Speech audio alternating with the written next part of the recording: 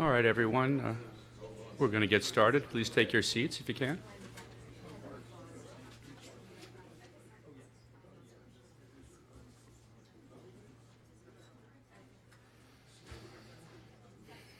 Thank you. Good morning, everyone, and welcome. My name is Jordan Reese, and I am the Director of Media Relations at the Robert Wood Johnson Foundation. We are the largest philanthropy in the nation, dedicated to making sure everyone in America has everything they need to be healthy, no matter where they live, no matter who they are. I want to thank you all for joining us today to learn more about the American Communities Project's new report, A New Portrait of Rural America, and that will include conversations with key leaders from the communities covered in the report. The report uses the project's unique 15 community types developed by Dante Chinney and his team at George Washington University, alongside data and on-the-ground reporting in rural and tribal areas to explore the differences within and across these communities. Dante and his partner, Ari Pincus, will get into the details of the report with you, but to suffice to say, it continues to blow up the mythology that rural America is one big place with the same type of people and the same type of challenges. The Robert Wood Johnson Foundation was proud to lend its support to this important effort and will continue to do so, to develop a more comprehensive understanding around the strengths and the gaps and the threats to health and well-being in rural communities. As we look at national health trends, rural places are behind, and they're lagging further behind. And within these rural counties, there are stark disparities in health. Native Americans, African Americans, and Latinx populations all experience worse outcomes in rural places than their white neighbors do. And the factors that drive these health disparities vary widely, from changing economies and disinvestment in these areas to the opioid epidemic, to aging and unsafe homes and unaffordable homes. And ironically, unaffordable homes can come at a pretty low price. And then there's also a lack of public transportation as well, and broadband access and capabilities. But there are bright spots all across rural America. Local leaders are bucking national trends and working across disciplines. They're working across racial and ethnic groups and across party lines to improve the conditions in their communities and regions. And there's a lot that we can learn from them. The foundation is not new to rural. For decades we've funded in this space, but we know that there's a lot more to learn, and so that's what we're going to do today. Like you, we're here to learn from and about rural communities. And we look forward to working with all of you and with Dante and Ari and her team as well to lift up a more nuanced understanding of the many rural experiences and contexts so that we can improve health and equity and opportunity in our nation for everyone. So thank you for your time, and please allow me to introduce to you Dante Chinney. Thank you, Jordan. And thank you all for coming. Thank you to the Robert Wood Johnson Foundation for funding this effort.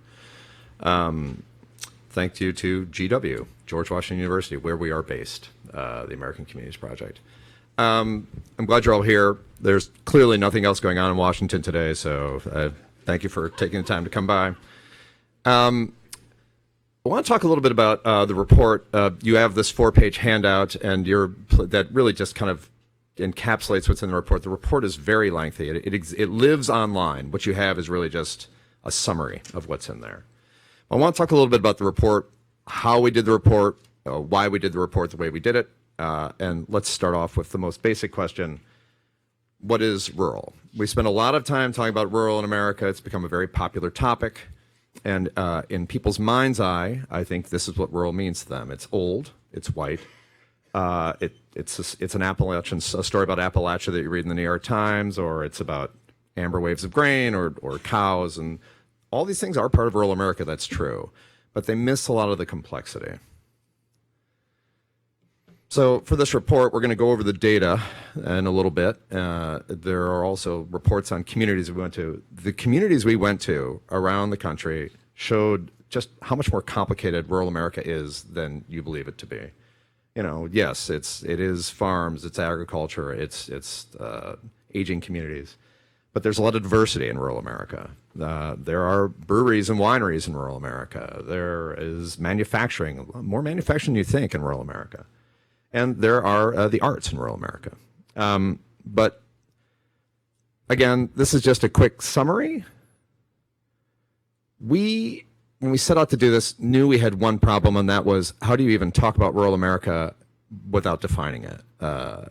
Talk to people in Washington, D.C., even at different government agencies, you get very different ideas of what rural America looks like. Sometimes it's metropolitan, micropolitan, sometimes it's rural, sometimes it's things that don't even get a category. After talking to a lot of people around town, we settled on this idea. We have 15 different kinds of community types we look at in the country, everything from big cities to different kinds of suburban America, to different kinds of rural America.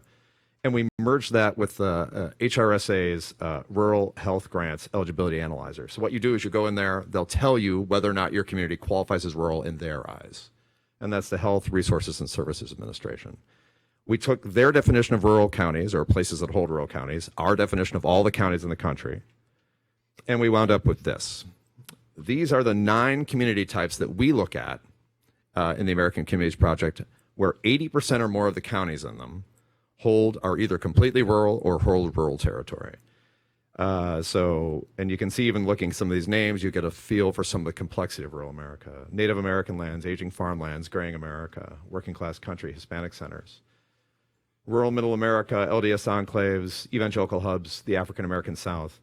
The thing that is really interesting when we looked at this data is, after you get beyond those 9, it drops pretty precipitously.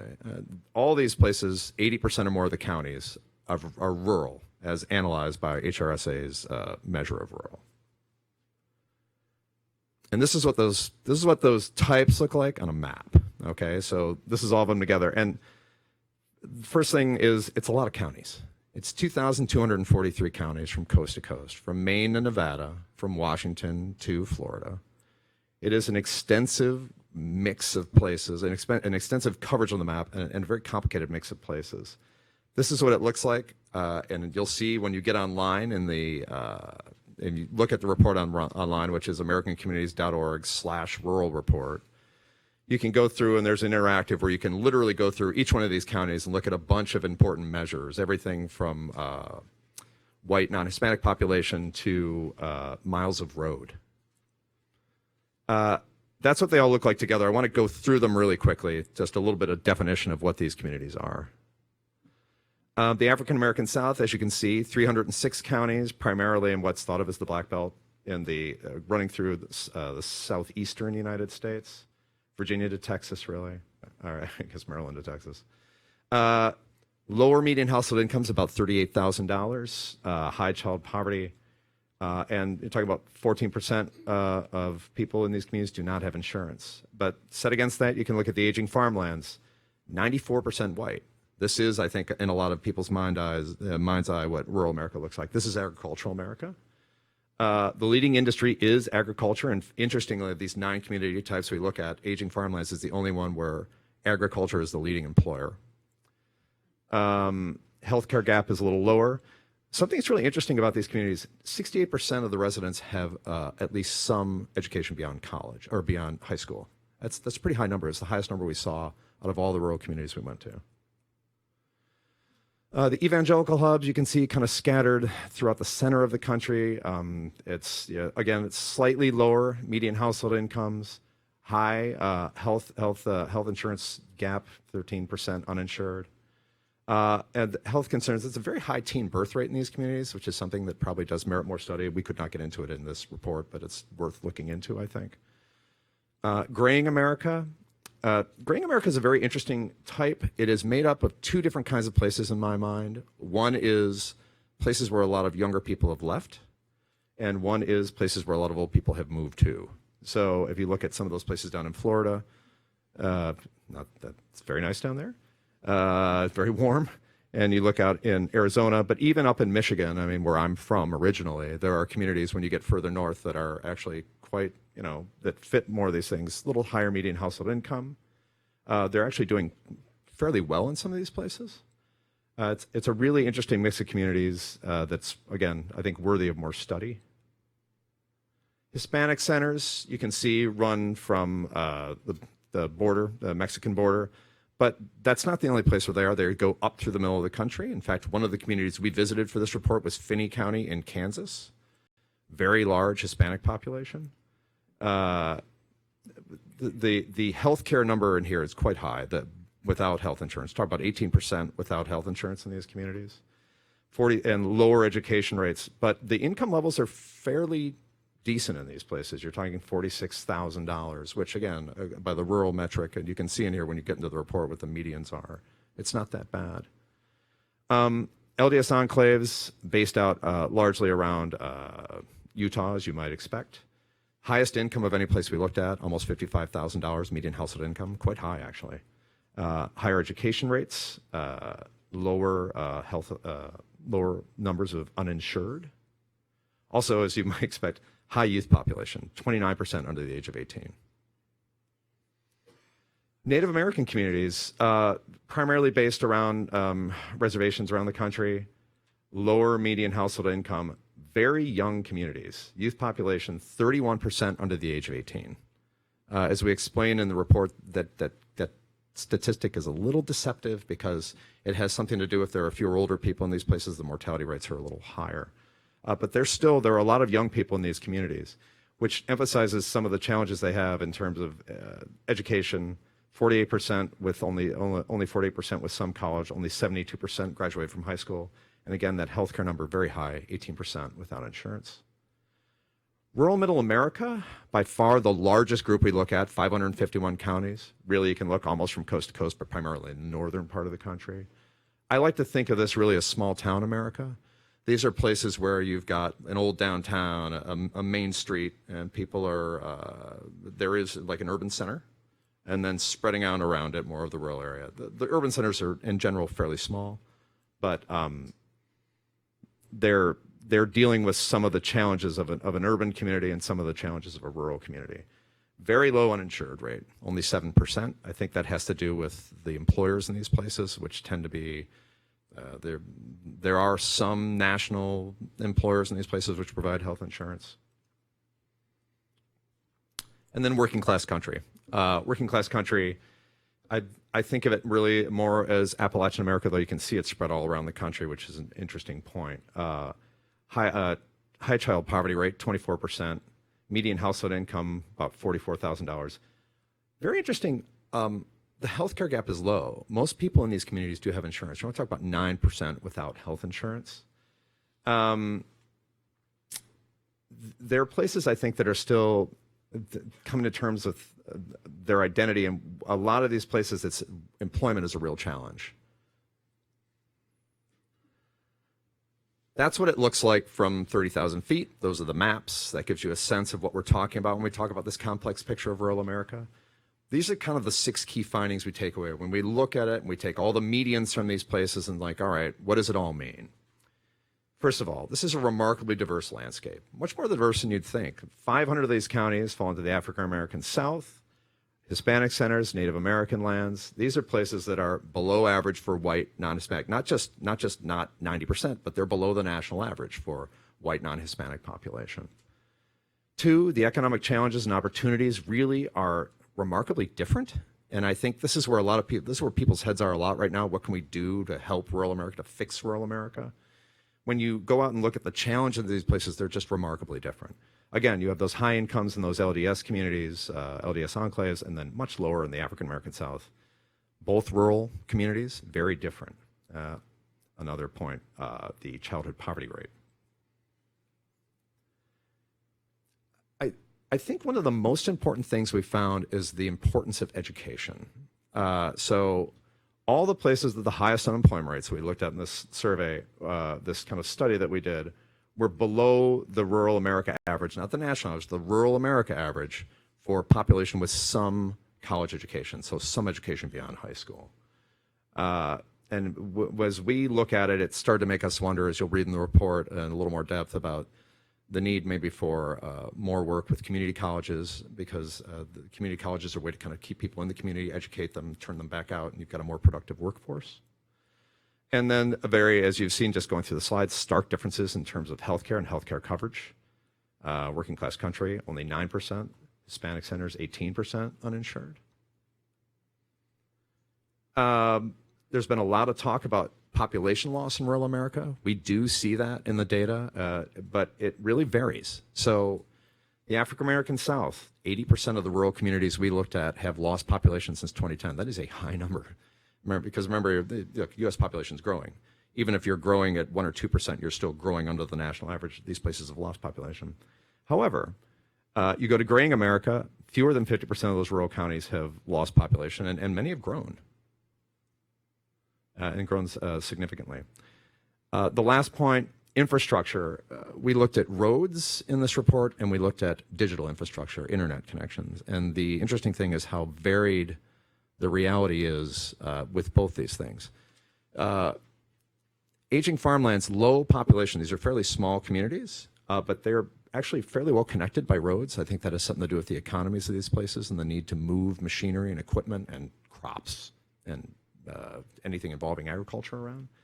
African American South, much lower, even though there are many more people in those places, much more density, fewer roads. Internet connections, really different. If you look at mobile internet, I will say it's pretty remarkable how much mobile internet there is out there. A lot of people now, I don't know what coverage is a different question. We're just talking about whether people have access. A lot of people have mobile internet access. But when you're talking about having a real line at home, like a high-speed connection at home, Hispanic centers, 80%, but then you get out to those Native American communities, it's only 40%. Real differences, again, places where we need to do some work if we're going to have economic growth and opportunity. That's just kind of a snapshot of the data. Like I said, this report is voluminous. There is a lot there. There's a lot to click on and a lot to explore. But then on top of that, along with the report, with the data part of the report, we visited 6 of these communities. Many of these people are here today. You're going to hear from them in a little bit.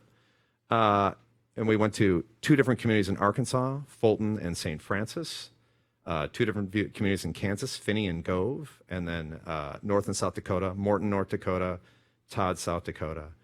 And the reason we did this, and we really would, look, there's always a lot of talk about data, and I'm a data person. I think it's important to have data to understand the picture of what's going on in a place, but I don't think you can truly understand it until you get down into these communities and talk to people and see what life is like. I would really urge you to take a look at these profiles of these places because they're fascinating. They're fascinating communities. They're fascinating people that live in them, and it's something that you have to have if you're gonna truly understand how to help rural America. You got to understand what the picture looks like on the ground. So what does this all mean?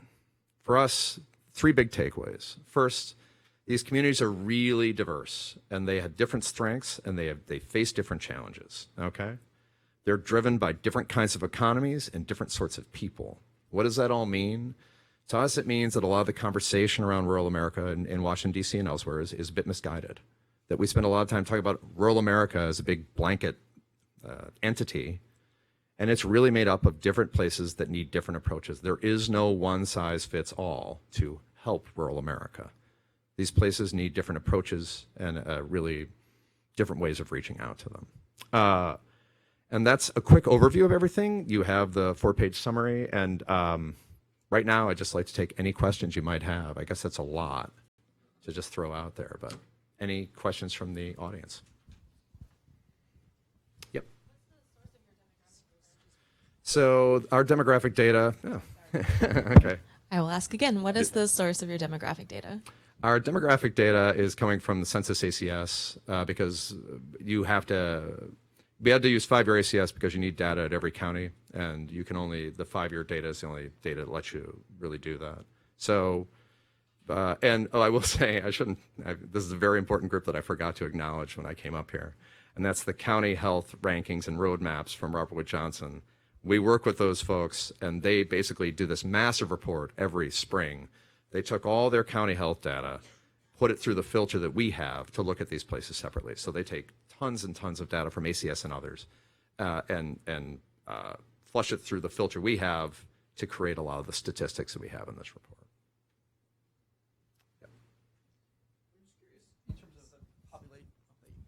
I'm curious in terms of the population of each of these relative to each other and to the country as a whole.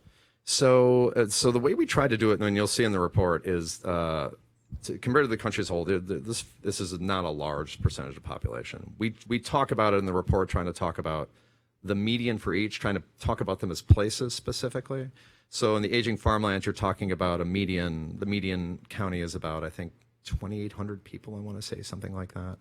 And then you can get quite a bit bigger when you get out into the African-American South. You're talking about places that are 28, 29, 30,000 in the county. Now, in the county, sometimes that's an urban center surrounded by a lot of rural area.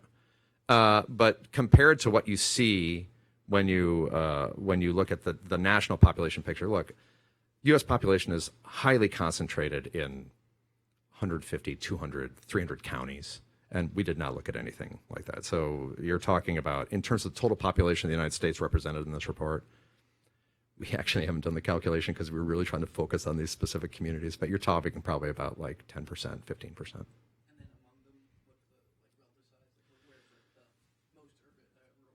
So that's one way of thinking about it. The most rural communities we look at are the aging farmlands. They're very sparsely populated communities, and they're places where you really are talking this depopulation. So it's interesting, when we talk about depopulation, the depopulation numbers are highest in terms of just loss in terms of the African-American South, but the hits that you're feeling in these aging farmlands communities are in some ways much more dramatic, because you're talking about communities where if you lose a couple hundred people, you've remade the community. And rural middle America, again, bigger community, but the smallest communities we're looking at are the aging farmlands in terms of overall population. Thanks for this presentation. I have a question about, so you've identified lots of very different communities. A question about the extent to which our government policy reflects that diversity. So we have, of course, American Indian policies, we have Appalachian policies, we have farm policies. How do the policies align?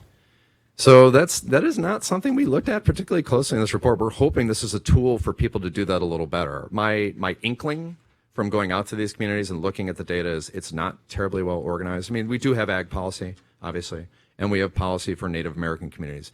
But for instance, I do know this a little bit. Like if you look at the map of Appalachia as the U.S. government sees it, a lot of those communities, I mean, yes, they fall into the region we would call Appalachia, but like they're all they can be very different communities. Again, like the Great Lakes region of the United States is, people think of it as one place, but I'll take you up to Michigan and I'll show you the difference between Detroit and Traverse City, and they're just they're different communities.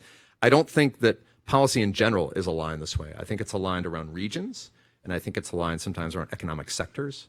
But I think what we're arguing for in this report is something that is a little more aligned along these lines, something that looks at these places community by community and the differences in the types, because communities are made up of individuals, but those individuals interact to create a place. And you have to think about how things happen in that place, I think, if you want to create proper policy. Hello, thank you for the report.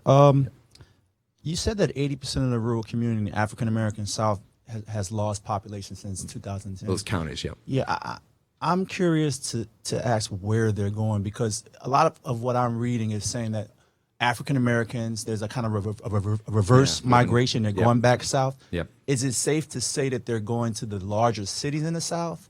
And where are the rural African Americans going if they're not going north? So that's a really good question, and we did not. I will say we did not look at that specifically in this report. However, from other work that I do, I can tell you the reverse migration data, which is fascinating. The Great Migration back south. It's in urban centers. I mean, it's like look at the growth around Atlanta. It's phenomenal.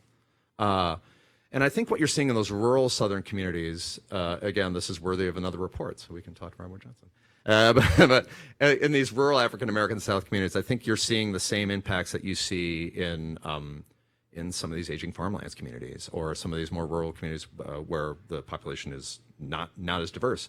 Look, it's opportunity. I think a lot of times young people who get the education leave. I mean, I know that is something that I've seen in when I'm not doing this, I'm a reporter, and I've seen that in my reporting that the best and the brightest from the community get an opportunity to go to college, and then it's tough to get them to come back. Hi, I'm from HRSA. I run the Rural Grants Eligibility Analyzer.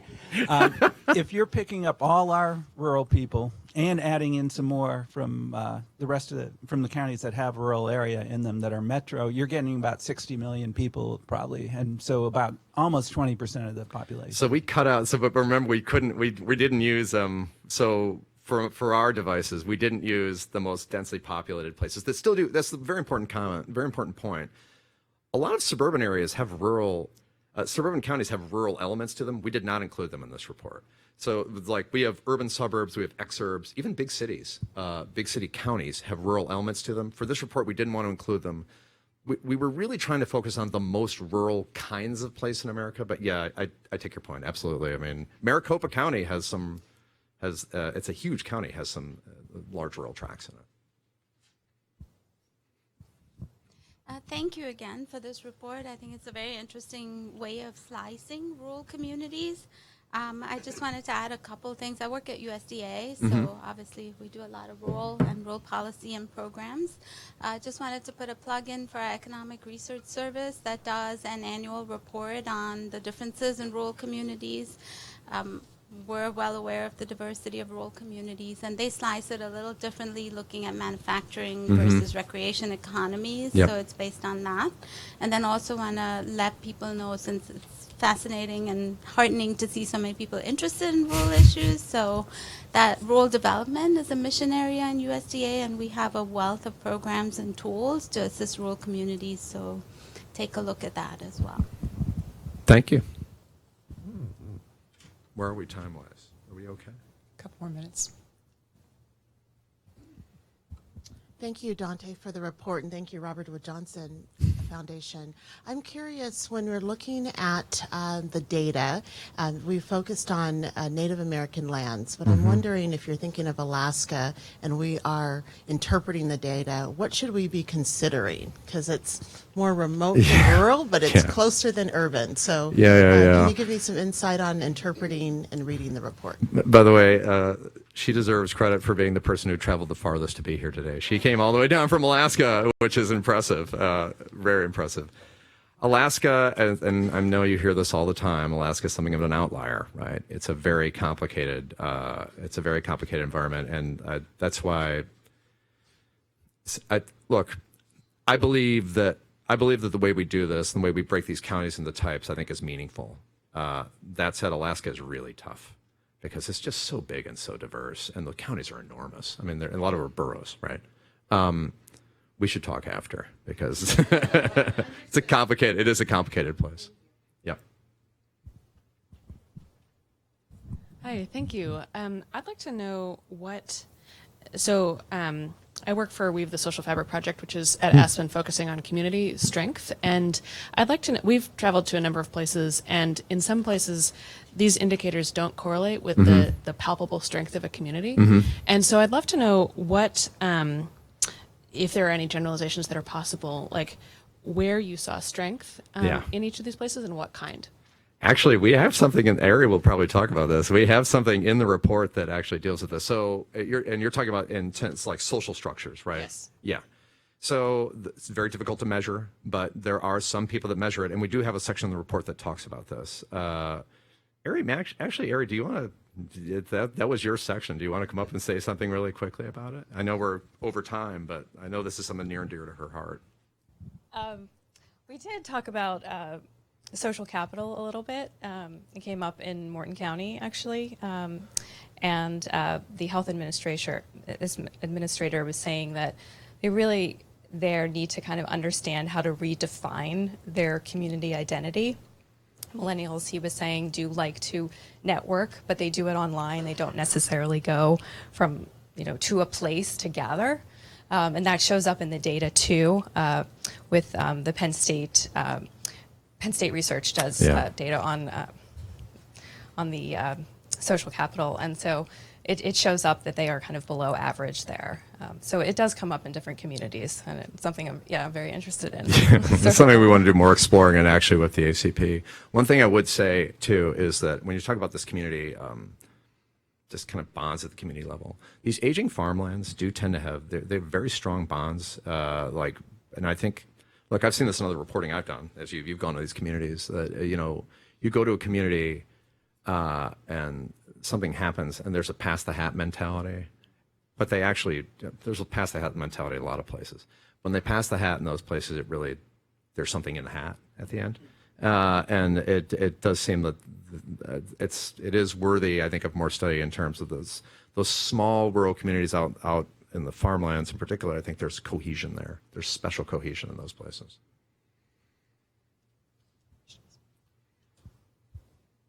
Any other questions? We have time for a couple more.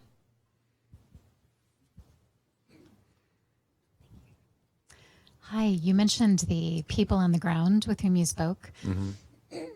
Excuse me. And was there anything in these conversations, was there anything that was surprising that the data maybe didn't capture, even if a story that you have is anecdotal?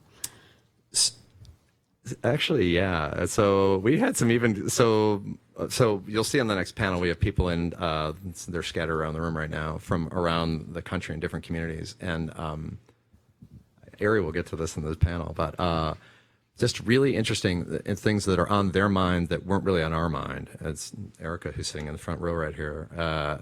It makes you, the things that they brought up as concerns sometimes were surprising to us. And I find this when I go out and do any kind of reporting, that it makes you go back and look at the data differently. I know in Forest City, the mayor's here, down in St. Francis County, Arkansas, for instance, we were down there and we did not expect to see, I mean, you think of like the trade fight that's going on right now, and you think of who gets hurt in the trade fight, and we expected to see it in agricultural America, and we did. We heard those stories when we were in Gove County, Kansas. But, you know, you go down there and you hear a story about there's a plant on the edge of town that they're waiting to be, it's been purchased by a Chinese company and waiting for it to be rebuilt and retooled, and it's going to bring a lot of economic activity to the community. It's a big deal. And how that has put a stall on that. The trade fight that's going on has put a stall on that. That's fascinating. And that stuff, like, those are things that don't turn up in the data, that when you get out there, you realize there's something going on at this local level that you would have missed otherwise. It's fascinating stuff.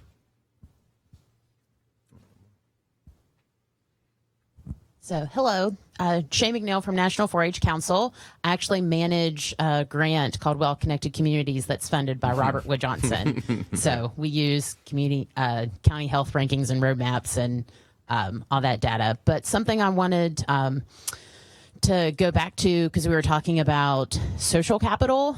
I don't know if you have had a chance to read 4-H Council did a study with the Bridgespan group on social mobility in rural America, and they identified 6 key factors that that are existing in communities where youth are thriving. So that's something. If you haven't had a chance to read it, there's, you know, because we're talking. It sounds like we're talking a lot about, you know, communities that, you know, are considered rural America, but they are thriving, you know, because they have, you know, things related to social capital and reclaiming or redefining their identity as a community. So, thank you. And then, like, and particularly because I know about your project, but so data at the county level for us would be like anything we can get the data at the county level that would let us kind of look at it through this filter we have would be fascinating for us.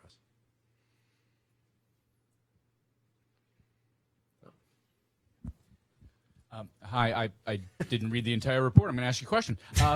There's a lot of it. There's a lot to it, yeah. You mentioned a loss of population in the African American South.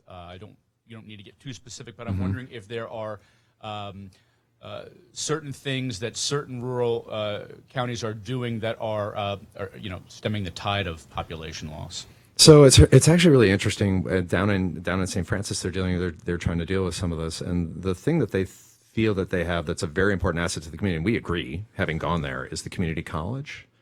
To me, it's like, I do think it's hard to overstate the power that these community colleges can have if you can have a good, strong presence nearby. Because, like, look, it's job retraining and things like that, but it's also the opportunity for somebody who graduates from high school to get more schooling without necessarily even leaving town.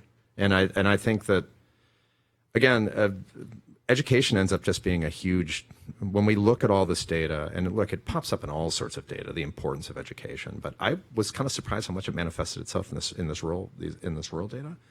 It's just hugely important. I think anything you can do, mean, this is speaking just from what we've seen in the data. I haven't done a big study just on this topic. But to me, anything you can do to have a community college or something that offers the opportunity for educational advancement in the community, to stay in the community, I think is a huge plus.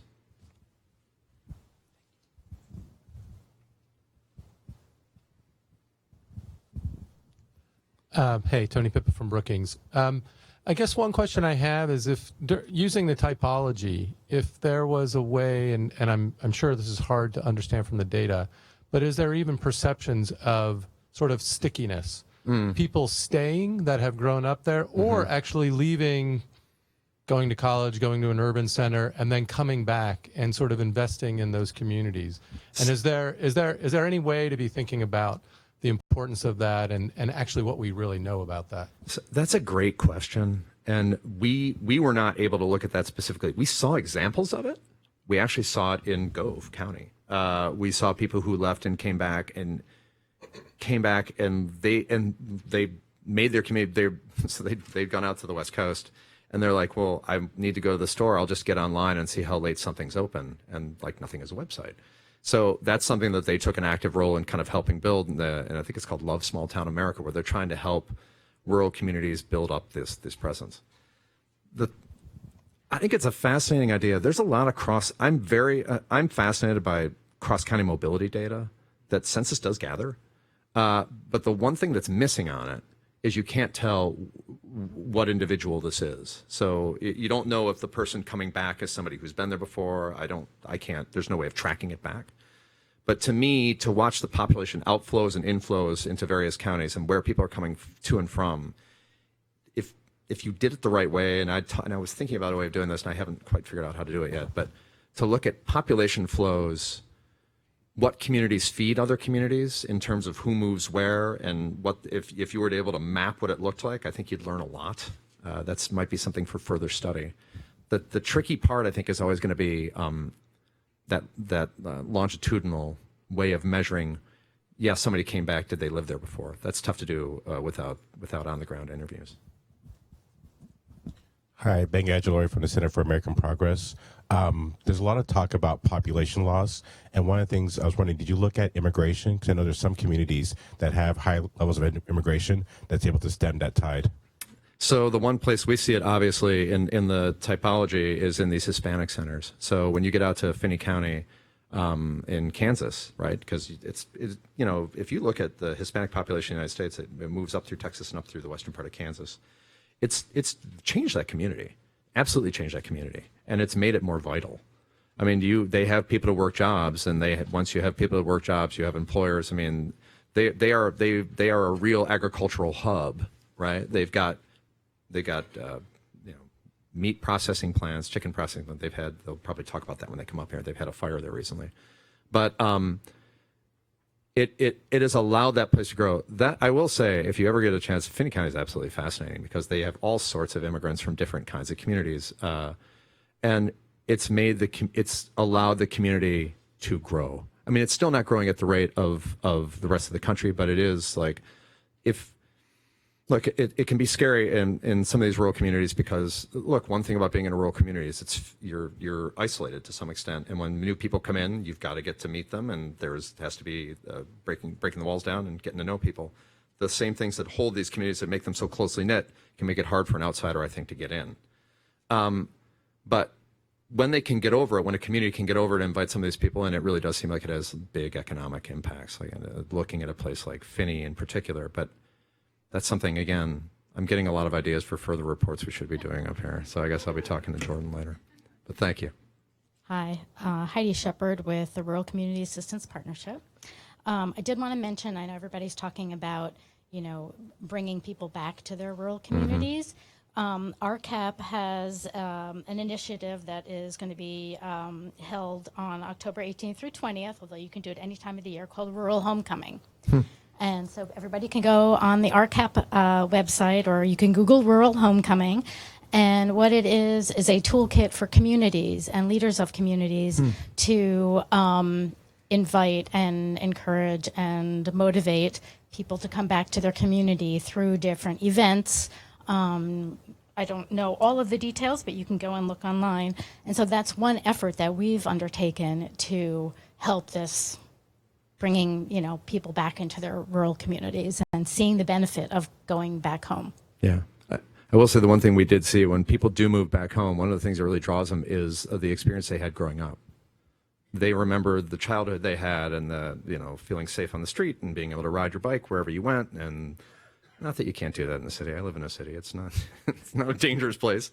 But like when you grew up in that community and you have memories of growing up there, that is when you have kids, sometimes they leave, and when they have kids, that's when the pull is to come back home. Yeah. Time for one last question.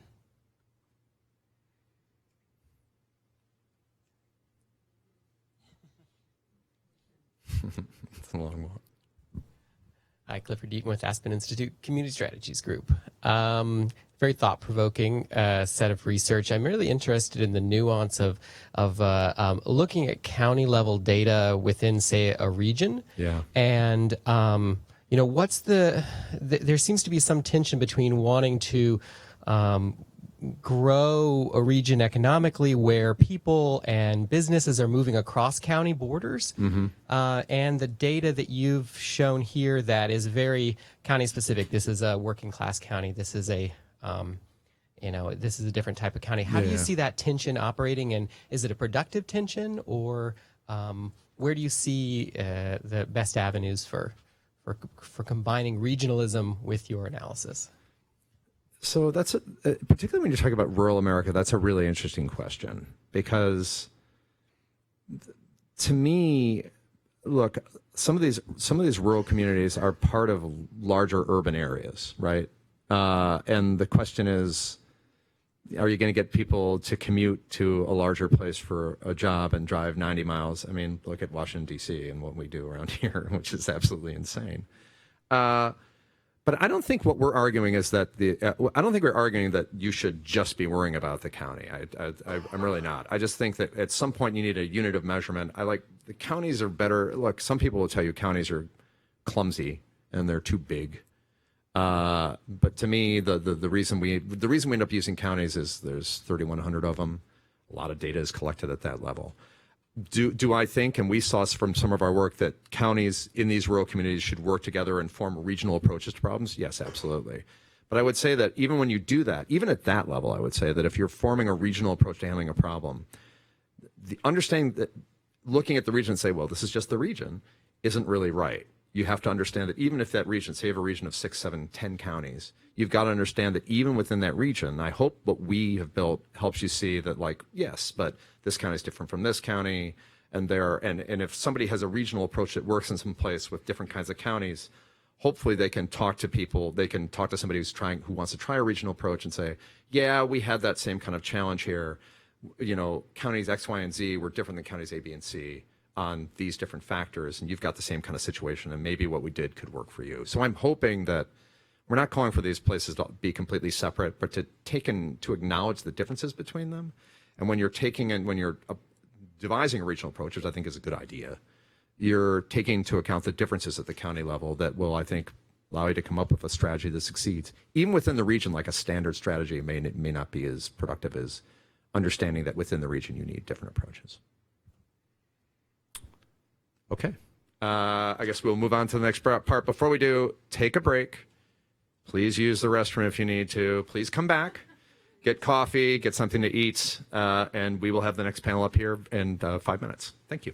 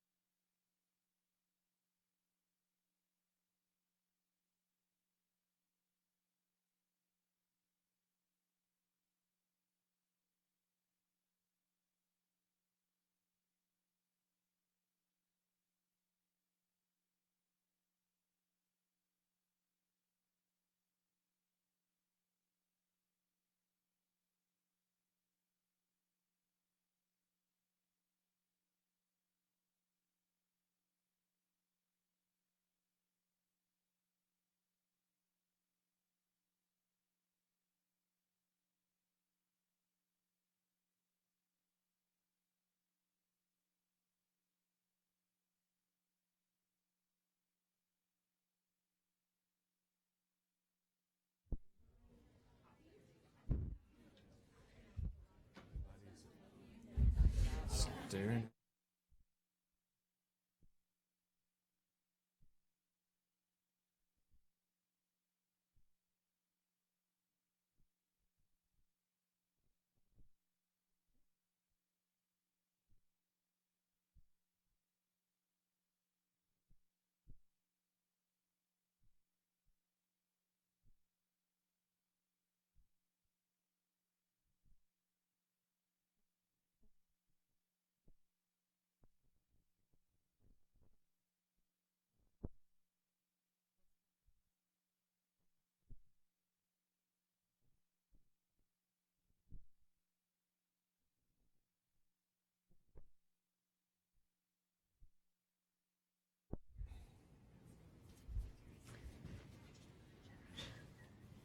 Good morning, everyone. I'm Ari Pincus, a research scientist for the American Communities Project, and it is my great pleasure and privilege to introduce our panel of community leaders. To my immediate right, I have Roberto Betharil, project manager of Neighborhood and Development Services for the City of Garden City in Finney County, Kansas. Next to him is Daniel Bush, Mayor of Salem in Fulton County, Arkansas. Next to him is Ellen Huber, Business Development and Communications Director for the City of Mandan in Morton County, North Dakota. And then we have Erica Nicholson, Director of Gove County Economic Development in Gove County, Kansas. And then Cedric Williams, Mayor of Forest City in St. Francis County, Arkansas. I want to start off by asking all of you to describe your community for us. Like, kind of paint the picture of what it's like to live and work where you are. Go ahead, Roberto. My community is about roughly 30,000 people. We live about, to get anywhere from Garden City to metropolitan area, it's at least 5-hour drive, 6-hour drive. Finney County is kind of in the southwest corner of the state of Kansas. It's very dry, it's very windy. Okay, Daniel? Daniel Bush, Mayor of Salem. Thank you for the opportunity to come here and tell our story. So Salem, Fulton County, is located in north central Arkansas along the Missouri border. County population of roughly 12,000 people. Salem is the county seat with a population of 1,600. Within our county, we have the state's largest spring at Mammoth Spring. I think it's 9 million gallons of water an hour. It is the 7th largest in the United States, primarily agricultural, and then trying to capture the retail dollar as far as tourism that's transversing through our communities. Ellen? Mandan, North Dakota is located along the Missouri River, just across the river from the capital city of Bismarck. So it's in central North Dakota along Interstate 94. And in North Dakota, our context would be either being a small city or a large small town, but most importantly, we think of ourselves as a community. And I think that's one of our strengths. Erica? I think when we were in discussion last night, we were really honored that there is this much interest. So thank you for taking interest in our communities. We're very proud of them. I was born and raised in Quinter, Kansas, returned back home to Gove County several years later. What it's like to live and work in Gove County, I can be to work in less than a minute. There are about 2,600 people in Gove County, and my town has 961 people.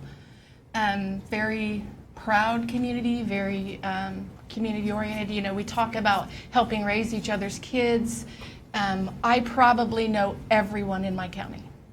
But thanks again for having us. Thank you. Good morning. I'm Cedric Williams, Mayor of Forest City, Arkansas. Again, thank you, Ari, and thank you, Dante, and thank you to the Robert Wood Johnson Foundation for, again, taking the interest in our communities. And thank you to each of you for coming today. Forest City, Arkansas, the city is about 15,000. Our county is a little bit over 28,000.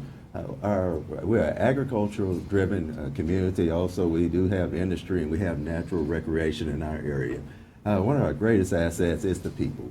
We have a great social capital as far as people in our area that really care about their community and care about each other. A great place to live, and again, one of the great assets is we can be at work across town within 5 minutes of there. Thank you so much, all of you. Now I want to just ask you a little bit about the economic pressures that you're currently facing in your community. Go ahead, Roberto.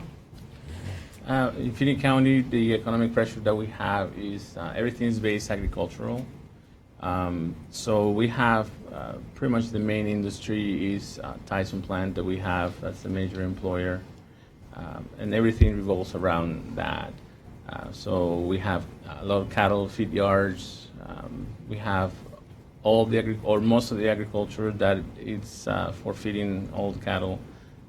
All the piping and wells drilling and all that, it's to feed the cattle again and the food for all that. Now it's growing also a lot because we have what they call the renewable energies, those windmills. We have a hub where they bring in by rail and then distribute around the different counties in that area. So it's really kind of we're striving to move forward with it. Recently, we have a fire in the Tyson plant, which is the major employer, and one of the things that Tyson, we're very grateful for them that they continue to pay salaries even though the plant is shut down for reconstruction. So it's kind of scary sometimes because if you have only very some of those resources they go away, then what do you do? So it's very important for us to have that work into partnership with the different the largest employers that we have. Daniel? So in our neck of the woods, it's primarily agricultural, beef, with pork, and now recently poultry is kind of chicken and turkey farms are starting to be dotted along the landscape. A gentleman earlier brought up a question on, I guess, regionalization as far as trying to promote or recruit our area. So that's something that our area has realized that it's not a me thing, it's typically now a we thing, where our Tri-County area tries to put down those barriers and realize that in order to attract industry, we've got to come together and pull our resources together, and then if big industry comes, to have a sustainable workforce to help produce what that manufacturers need and get done. Yeah, thank you. Ellen? Well, I should share that our city of Mandan is about 22,000 in population and part of a county that's nearing 32,000 and then a metropolitan area of about 130,000. But the whole state of North Dakota is less than 800,000 people. And so agriculture remains the bedrock of our state, but we're aggressively working to diversify the state's economy, and that's true on the local level as well. And so we are fortunate to have IT, large business in the community. We've got a meat processor, refinery. Healthcare is hugely important to our region. And the number one thing I would say that's restraining the growth of our existing businesses and the startup of new businesses is our ability to continue to attract enough workforce to keep pace with the growth of our area. And how about you, Erica? How are you seeing things We're go? primarily agricultural as well. We are diverse. We have a lot of industry, a lot of production in Gove County, even as small as we are. I would agree that workforce is a challenge. We have the second lowest unemployment rate in the state, our county does.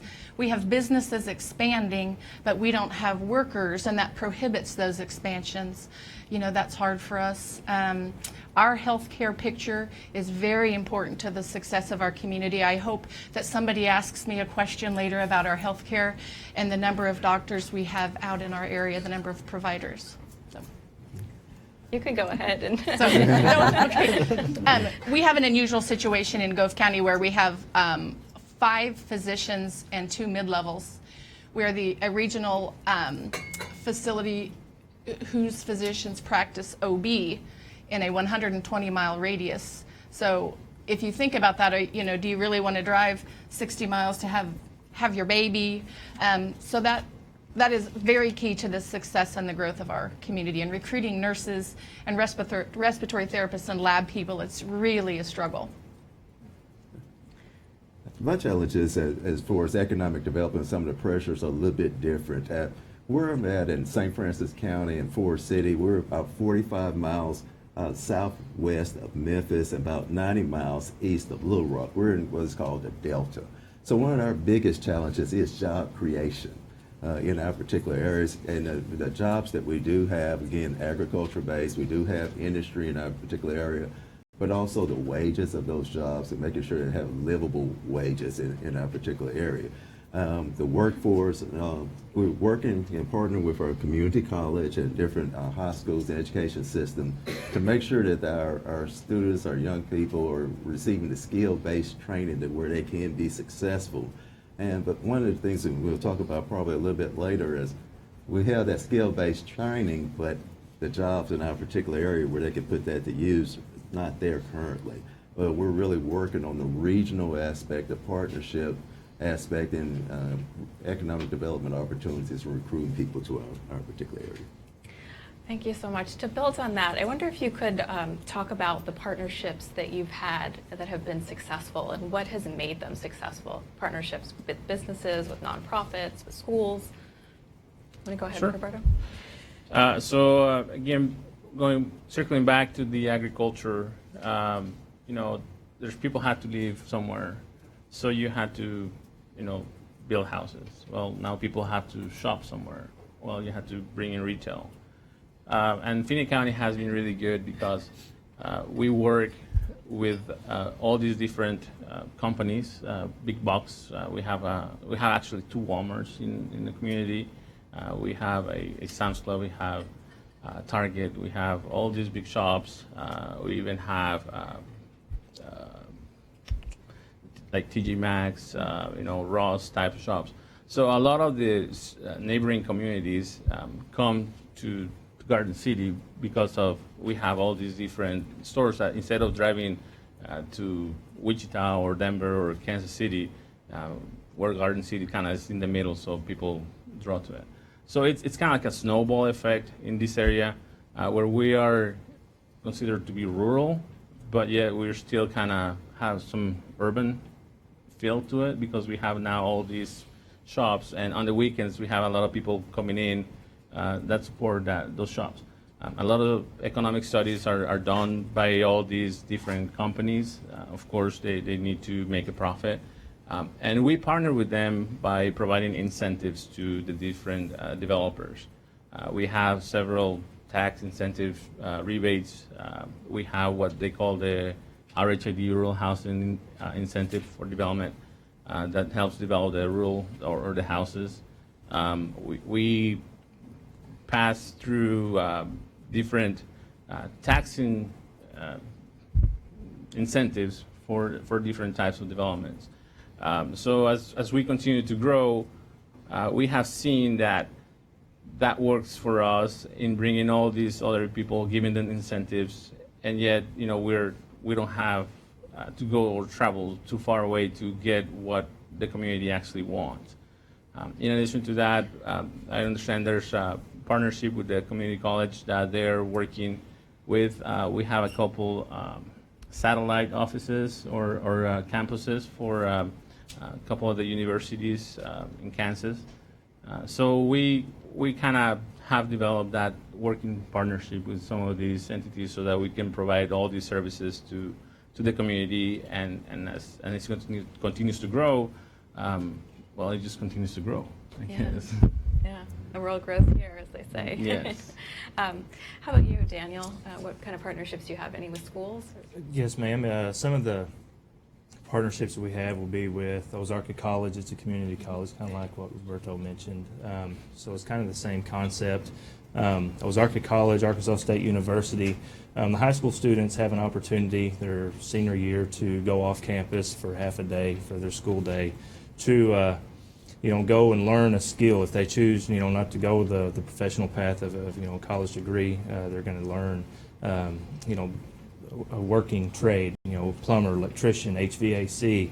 In our area, welding, is a national or a big trend right now. So these different colleges are offering those courses so they can go get certified and get their credentials in place. So that way they have a plan when they so choose, or to graduate, they have a path, career path.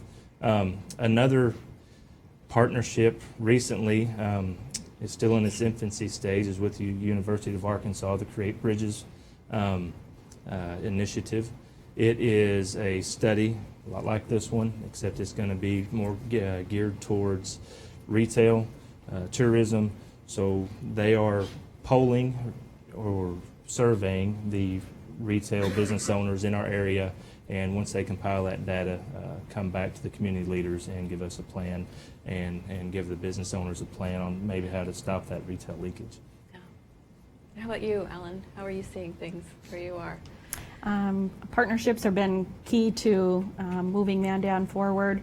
One of the things that our community has experienced, part of our heritage is being not only a former Native American village, but also a railroad community. And so as part of that, we had an underground diesel fuel spill discovered in the heart of our downtown and Main Street area in 1985. And Burlington Northern Railroad worked on cleaning that up for a number of years, but in about the early 2000s, they thought that it was good enough, and that the product that was remaining beneath our downtown was due to other potentially responsible parties. And so the city of Mandan and the state of North Dakota, our health department, disagreed at that time and did file suit and reached a settlement in 2004 that resulted in about $30 million in actual monetary contribution as well as property, and that was used to put a more effective remediation system in place. And as they went out to look at remediation providers, there were many that would have said, tear down the buildings, dig up all the soil, get all this contaminated soil out. But there was another approach that is involved putting about 200 miles of pipe and 300 wells in a 6-block area in our downtown area. And so we were able to maintain the vast majority of the buildings in this area by putting wells in basements for the extraction of both the liquid and the vapors.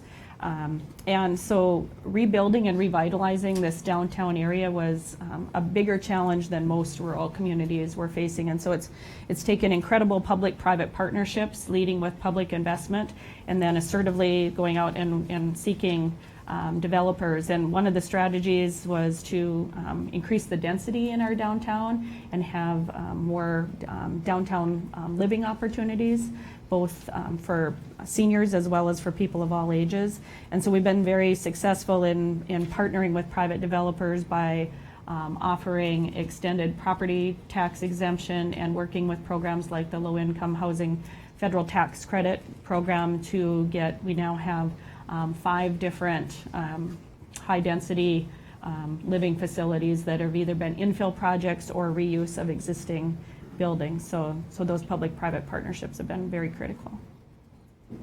How about you, Erica? What partnerships can you tell us about? One of the most important partnerships we have is like with the Kansas Department of Commerce, the USDA, the Farm Bureau, the 4-H. I am seeing them actively reinvest in rural communities. They're genuinely realizing the importance of this loss and transfer of wealth that we're having. Some of the private nonprofit support that we have, Northwest Kansas has an organization called the Dane G. Hansen Foundation. It covers the northwest quadrant of the state of Kansas, and they reinvest in these counties to the tune of millions and millions and millions of dollars every year.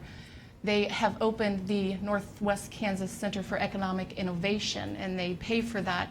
But they're teaching us at the county level how to reinvest in ourselves. You know, we're bootstrap mentality. We understand that we can't sit there and say, help me, help me, help me, if we don't invest in ourselves. And so when sometimes you sit with economic development people and they'll say, oh, well, you can't get that USDA grant, or you can't get that Department of Commerce grant. Well, I promise you that you can. You know, if you show them that you're reinvesting in yourself and what the return on investment will be, they'll absolutely invest in you and take a chance on your community. They've been very successful. We have a partnership with the University of Kansas where they send med students and preceptors out on their rural rotations. And I'll be honest with you, that's how we lure in all these doctors. You know, if you want to live in rural Kansas and you do a rotation in Gove County, Dr. Mackin will take you hunting or fishing. It's typically the spouse or the non-physician partner that we have trouble convincing to live out there. There's a new program called Rural and Remote. A gentleman out of Dallas, I think, has started that. So we're saying, you know, if your spouse wants to work 40 hours a week and make a decent living, look for the jobs through this Rural and Remote website. We have a great partnership with the Kansas Housing Resource Corporation. Housing is very, very hard to come by, not affordable. So, you know, without those federal and state partnerships, it would be very, very difficult in Gove County. Cedric?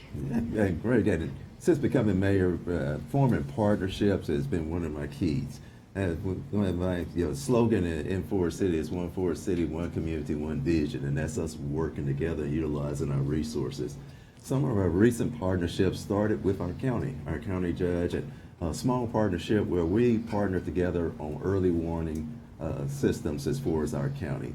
Within our city limits of Forest City, we have tornado sirens, but outside the county, there was nothing.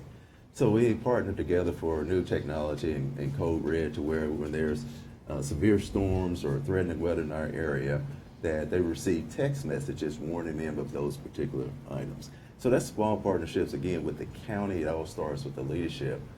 Big partnership is with our education systems within our community. Have great partnerships with the new superintendent of our local high school, Forest City High School, and also the president, Dr. Kathy Klein, of our East Arkansas Community College. Forming these partnerships, we had a recognized program to where the governor of Arkansas came down and looked at a program where we talked about welding and talked about CDL drivers, how we were educating and our students and having them what we call work-ready certified. To become a work-ready certified community. And through that partnership, we were recognized, we partnered with our local elected officials, Representative Reginald Murdoch of our area, to where we received a workforce grant to where we were able to employ over 65 youth in a 3-county area with the different mayors in these particular areas, to where we could put these kids to work for 2 months in our local businesses, free of charge, to where they gained workforce readiness training, but also we were able to document that we did have a workforce in our area. It's these small partnerships like that that really shows when I talk about the vision of how we can grow our community in our area by working together with the resources that we have. So public-private partnerships are truly, truly a key, and we have several more that we're really working on, and a lot of them are geared again towards the young people in our community. It's one thing is when you're working with rural America, when you're working with challenges in your community, if you concentrate programs, concentrate different activities involving the youth in your community, you bring together all different demographics in your area. So that's one of the things we're really trying to concentrate on in our area. Cedric, I wonder if you could tell folks here about your Unity initiative and how it came about and what progress you're seeing in the past year since you've taken office? Well, one of the biggest things, and we talk about it, in my community, I've lived there 6 years. I did not grow up in my community.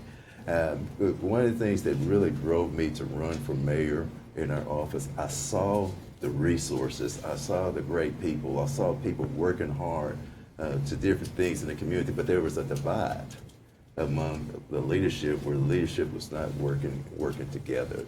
And so that what drove me to run for mayor, and I ran on the platform of unifying our community, and we're blessed to be elected mayor of our community. One of the biggest things, again, taking office, I choose a word of the year, and all my department heads had a word of the year, and that word of the year for me was unity. And I felt from a leadership standpoint, it has to start at the top of unifying your community. Everywhere that I was able to speak at, or I'm able to speak, I talk about unity and working together. some of the different things we put in place, I had what is called Unity Breakfast. Each quarter. The first one was with our business leaders in our local community, to where we shared the vision of us, again, the regionalism of working together, utilizing our resources for the betterment of our entire community. Our next Unity Breakfast was for faith-based leaders and realtors together, to where you think about that. Well, and the reasoning behind that, one of the challenges that we have in our area is home ownership and how people are able to get access, first-time home buyers, finding what you need to do from a credit-based standpoint to own your home. Well, in our area, rural America, usually what you find is a lot of your leaders are your faith-based leaders. So if you can use your faith-based leaders from a communication standpoint to their different congregations about, in this instance, home ownership, then you're really reaching out to the majority of your community. And so with those Unity Breakfasts, it's really taken home. Again, I talk about one Forest City, one community, one vision. Our school district has adopted a slogan of one community, one school. Our East Arkansas Community College, they have bracelets that say we're stronger together. It's amazing once your leadership gets on the same page, especially in your rural communities, about growing your entire community, how it really, really takes hold. So I'm proud of the progress that we've made so far. That's great to hear. Roberta, I know that Finney County is a very diverse county. People from all over the world have been coming there for about 100 years or so. I wonder if you could talk a little bit about how the community comes together. What makes Finney work so well? Well, everybody respects each other. That's one of the biggest keys in it. And we respect what their beliefs are. We embrace. We try to include everyone. Something as simple as translating the brochures that we have and make them accessible, and finding people who actually can, help us translate. We have people start coming from Vietnam when there were some refugees, so the community embraced that, and these Vietnamese people, they embrace the community as well, and then now have a lot of Hispanic, that's really growing a lot as well. Again, people embrace the Hispanic community, and we also receive refugees from Burma, refugees from Somalia. So there's a lot of, we're beginning to identify, well, these people aren't so bad. We're all can work all together. We're still people. We're still, have interests. We still have to find a place to live. We still need to eat. We still, have necessities. So they're not that different than we are. So by doing that, we all unify. We have different events. We celebrate their different cultures. In fact, our logo was recently, well, not recently, maybe about 5 years ago, changed to trying to embrace all that. We did have, unfortunately, attacks on, I can't remember if it's 2015, where a mosque was going to be bombed. 2016. Yes. And so the community got together and we embraced that. If you attack this, type, you're attacking our community. So people realizing that, they feel more welcome, and in giving them back, for example, me being Hispanic, if I feel welcome, of course, my nature is going to be, you're welcome too. And I try to embrace your culture. And so it just works hand in hand, and we edify and elevate each other. That's great. I want to switch gears a little bit and talk about infrastructure. Daniel, there's a major project going on in your neck of the woods. Maybe you can tell us a little bit about it. Yes, it is broadband internet. It is going to change the way how we can do business in northern Arkansas, predominantly in our rural areas. So it is an initiative that North Arkansas Electric Cooperative has taken upon themselves, with rural electrification.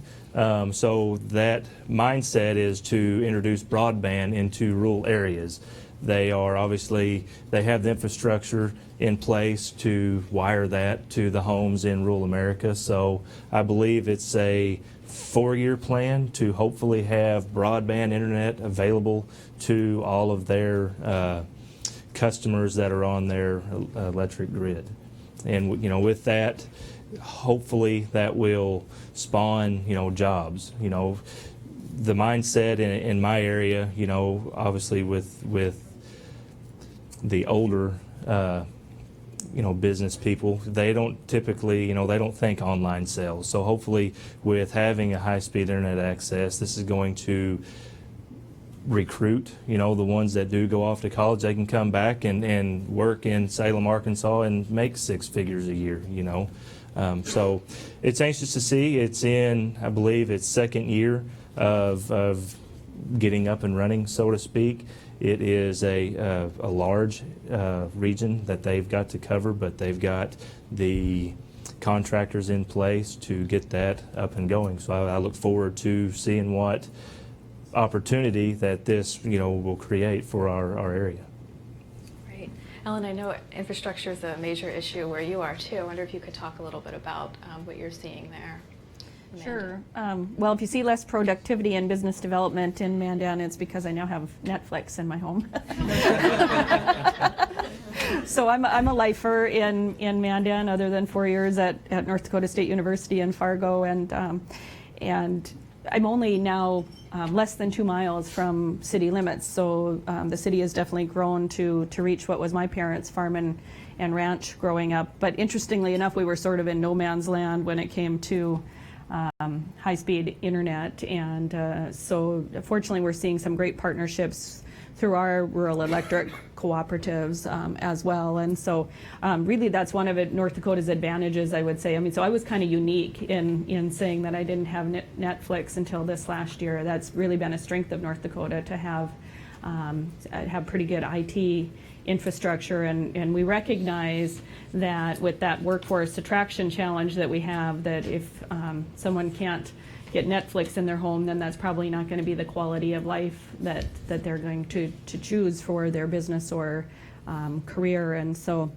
that's an important advantage that we're promoting now. But then the other challenges that we face are really just in maintaining existing streets and roadways and maintaining that aging infrastructure. So we're putting a lot of money into a new intake for our water treatment facility, needing to put money into stormwater management, and then we're also hopeful in the future for another interstate exit too. How about you, Erica? Could you talk about infrastructure a little bit? Sure. I'm going to jump on the internet bandwagon here. It's critical in Gove County. We're very lucky. We have excellent broadband internet service. Dante talked about the Love Small Town America, the young lady that runs that. Without direct, fast internet access, she couldn't run that. You guys have all probably seen some Facebook Lives or some business pop-ups, and we have a lot of those. We have clothing boutiques, we have folks that sell jewelry and purses and clothes online, and that kind of fuels our commerce cycle as well. One thing that's really hard for us, and it's probably hard for Roberto too, we're concerned about our water, and I consider water part of the infrastructure. And we have a lot of farmers irrigating, even though we've had a really wet year, uncharacteristically wet in western Kansas. We're concerned about water. What happens when our farmers can't irrigate? What happens when your agricultural water rights and your municipal water rights, they're fighting for those same gallons of water? How are those discussions going to look in the next 8, 10, 12 years? They're going to be difficult discussions. You can't have the city, the hospital, the schools without water, but your farmers can't irrigate their corn or their wheat or their feed. So those will be discussions we'll have to tread lightly, but we're going to have those talks.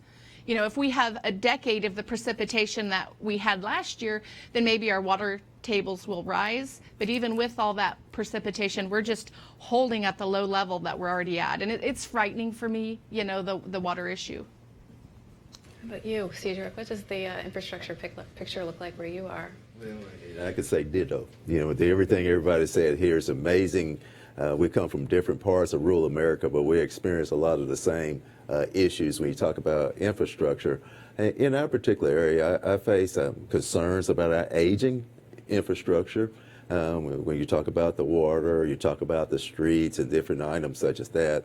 But where we're located, one of our greatest assets is our location. We're located right on what is affectionately known as America's Highway, I-40. That travels, and we're 241A. You know, if you're ever that direction, if it takes the exit, buy a little gas, and you know, spend the night there, we need the tax revenue. But but one of the things there that we have the small town feel as far as our downtown, but we also have a bypass in our particular area that is ripe, again, I said, for industrial development in that particular area. But one of the things that challenges is we don't have the infrastructure, the water and sewer at that particular area to make it marketable now to a lot of the large businesses. So the challenge is, from an infrastructure standpoint, balancing the part of taking care of your aging infrastructure needs, but also investing in the future to where I mentioned earlier, one of our economic problems is job creation.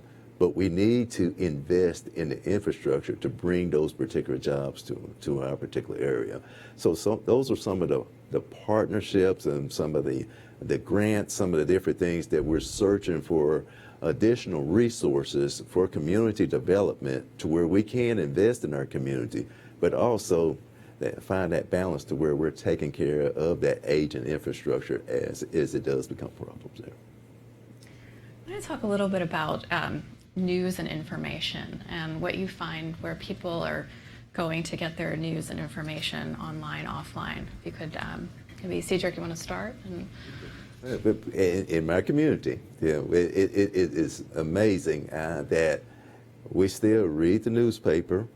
We have a local talk show, morning talk show, that people get up early and listen to that talk show. But people still receive a majority of their news from these particular outlets in our particular area. But again, I mentioned the young people. One of the things now with our young people, they get their information off Facebook, Twitter, Snapchat, or whatever the latest fad is on those particular areas. So it has to be a balance in my community, and we still have a great relationship with the media outlets between radio and a newspaper. But we had a storm that happened in our community of June of 2018 where all the electricity was out. Guess what? We didn't have a newspaper, we didn't have the radio, but we had Facebook. And so the news was being reported by Facebook and individuals. And one of my challenges and one of my initiatives in future partnership is partnering with our young people, our local schools, in helping tell the good things about our community over social media. In other words, controlling our message. When you talk about radio and talk about newspaper, they do a great job of covering the events inside of Forest City and St. Francis County.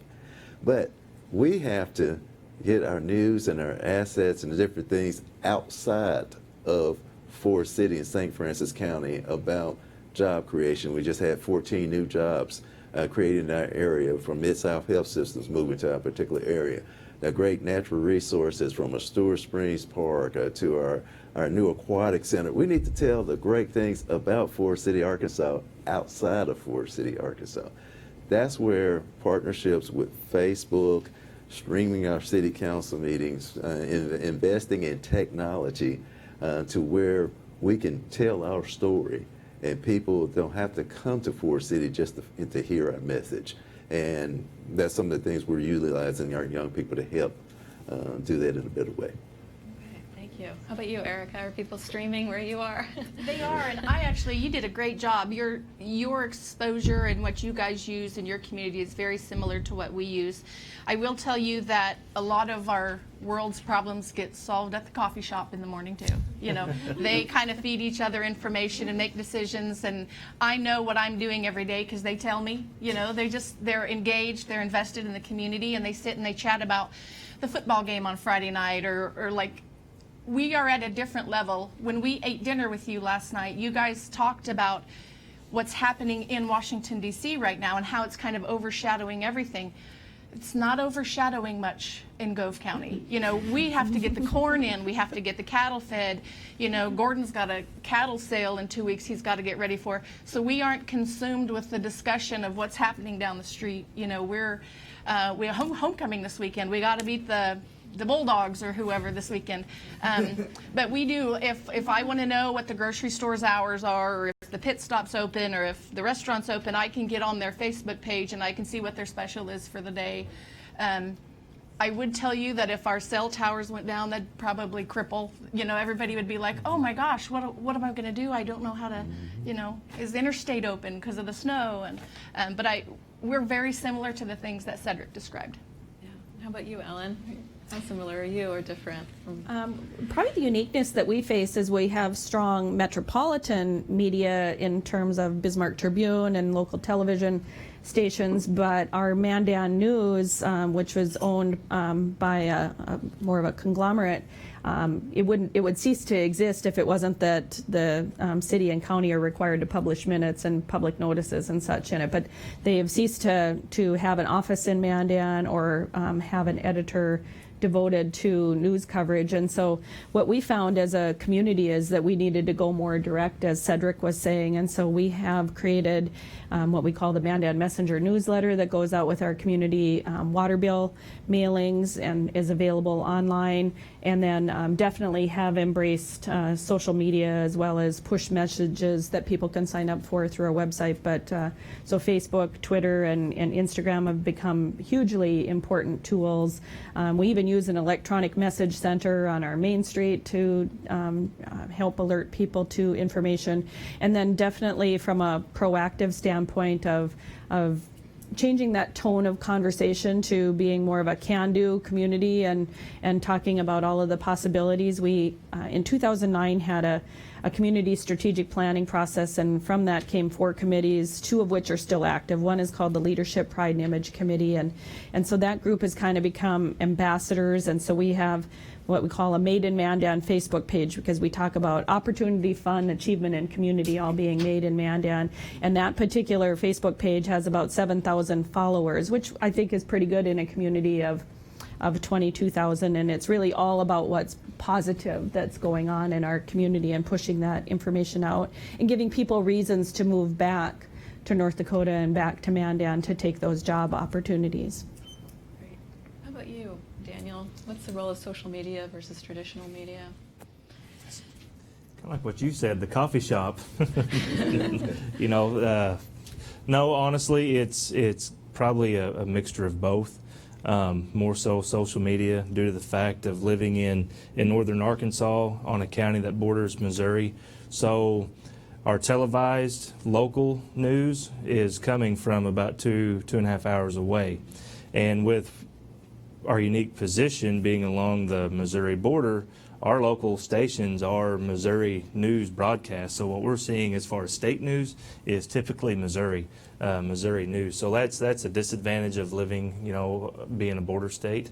But as far as the national level goes, it would be typically social media, an outlet on that. That's about it. How about you, Roberto? Well, I always believe that we are now in the age of communication. So really, rural America is really well connected because we're in the age of communication.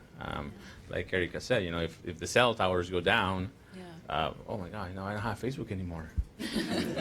So you can sell your washer, dryer on Facebook. You can sell a car. You can sell anything you want on Facebook. Yes, we do have a local newspaper as well, but a lot of times they get their national news from the AP News, you know. So again, I think that we are very well connected. All the different means of communications, infrastructure is advancing forward with cell towers, small transmitters, all those kind of 5G is coming to town as well. So I think that it's just a mixture of, it all depends what you want, where your interests are, and you can find them either in your local newspaper, or you can find them in your local news channel or Facebook as well.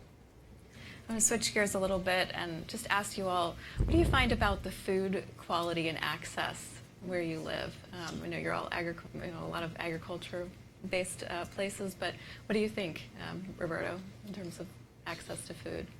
So agricultural base doesn't necessarily mean that you can eat it. We have a lot of cornfields, but the corn that they grow is really not sweet. It's for cows. So although you have a lot of agriculture, it's not the final product. It's the raw material that goes out somewhere else to get processed. Garden City is like I said, is kind of in the middle of everything, but yet it's in the middle of nowhere because it's too far away to get stuff. We get about 10% increase in to bring stuff in. So it's actually quite expensive, more expensive than you would think. I also lived in Miami, and food in Miami is more accessible than food here. Then again, all the different retailers and food chains, they cater according to the demographics of the population. So I have noticed that now that we have a lot of people from different countries, we have a lot of foods from different countries. So it's good. We have a great variety of stuff, but yeah, it's still a challenge to bring it in, and it's still a bit more expensive too. Do you find that's true too, Daniel? I do. Kind of follow up with what you said, the raw product. A lot of our main beef sales go to your neck of the woods out into Kansas to the feedlots for sale. With that said, the majority of the people will buy their own, and fatten up a steer or whatever. So they'll have their own raised beef, pork, not so much on the poultry side of it, but beef and pork is predominantly readily accessible within our community. Now keep in mind, Fulton County, a population of roughly 12,000 people, with Salem being the county seat, we have one grocery store. And so with that said, trying to service the amount of people that we have, your necessities or commodities that you try to go purchase, are not readily accessible. So that's where the retail leakage happens, where residents in Salem traveling east and west, the different communities, to the big box stores to buy their canned goods or their toilet paper or whatever. So Salem's doing trying to do a better job of that. But as far as freshness, food quality, it's there. Farmers markets, especially spring, summer, is great. Recently we've had an increase of Amish coming in and living in some of the surrounding smaller communities. So that really helps on the produce and the different varieties of what they can bring and offer to the table. So it's slowly progressing as far as more accessible, but not everything's going good. Yeah. How about you, Ellen? What do you find about the food quality in Mandan? I would call it good, but not excellent. So there's certainly room for improvement. We know that a grocery operator needs to be within at least 200 miles from us to even consider locating in our area. So for the longest time, we didn't have a Walmart even in Mandan. We got one in 2013, but at the same time, we saw some consolidation in our grocery industry in our state, and so lost a store due to a sale that occurred there and their desire to just have one big facility in Bismarck. So we were seeing a lot of leakage from our community in terms of that important tax revenue that Cedric referred to earlier, that's so important for just maintaining your community's infrastructure and core services. And so that Walmart has been critical in helping to pull back some of that sales tax revenue and allow other businesses to be more successful, because if they're going to shop for groceries, then they're more apt to stop at some other businesses along the way.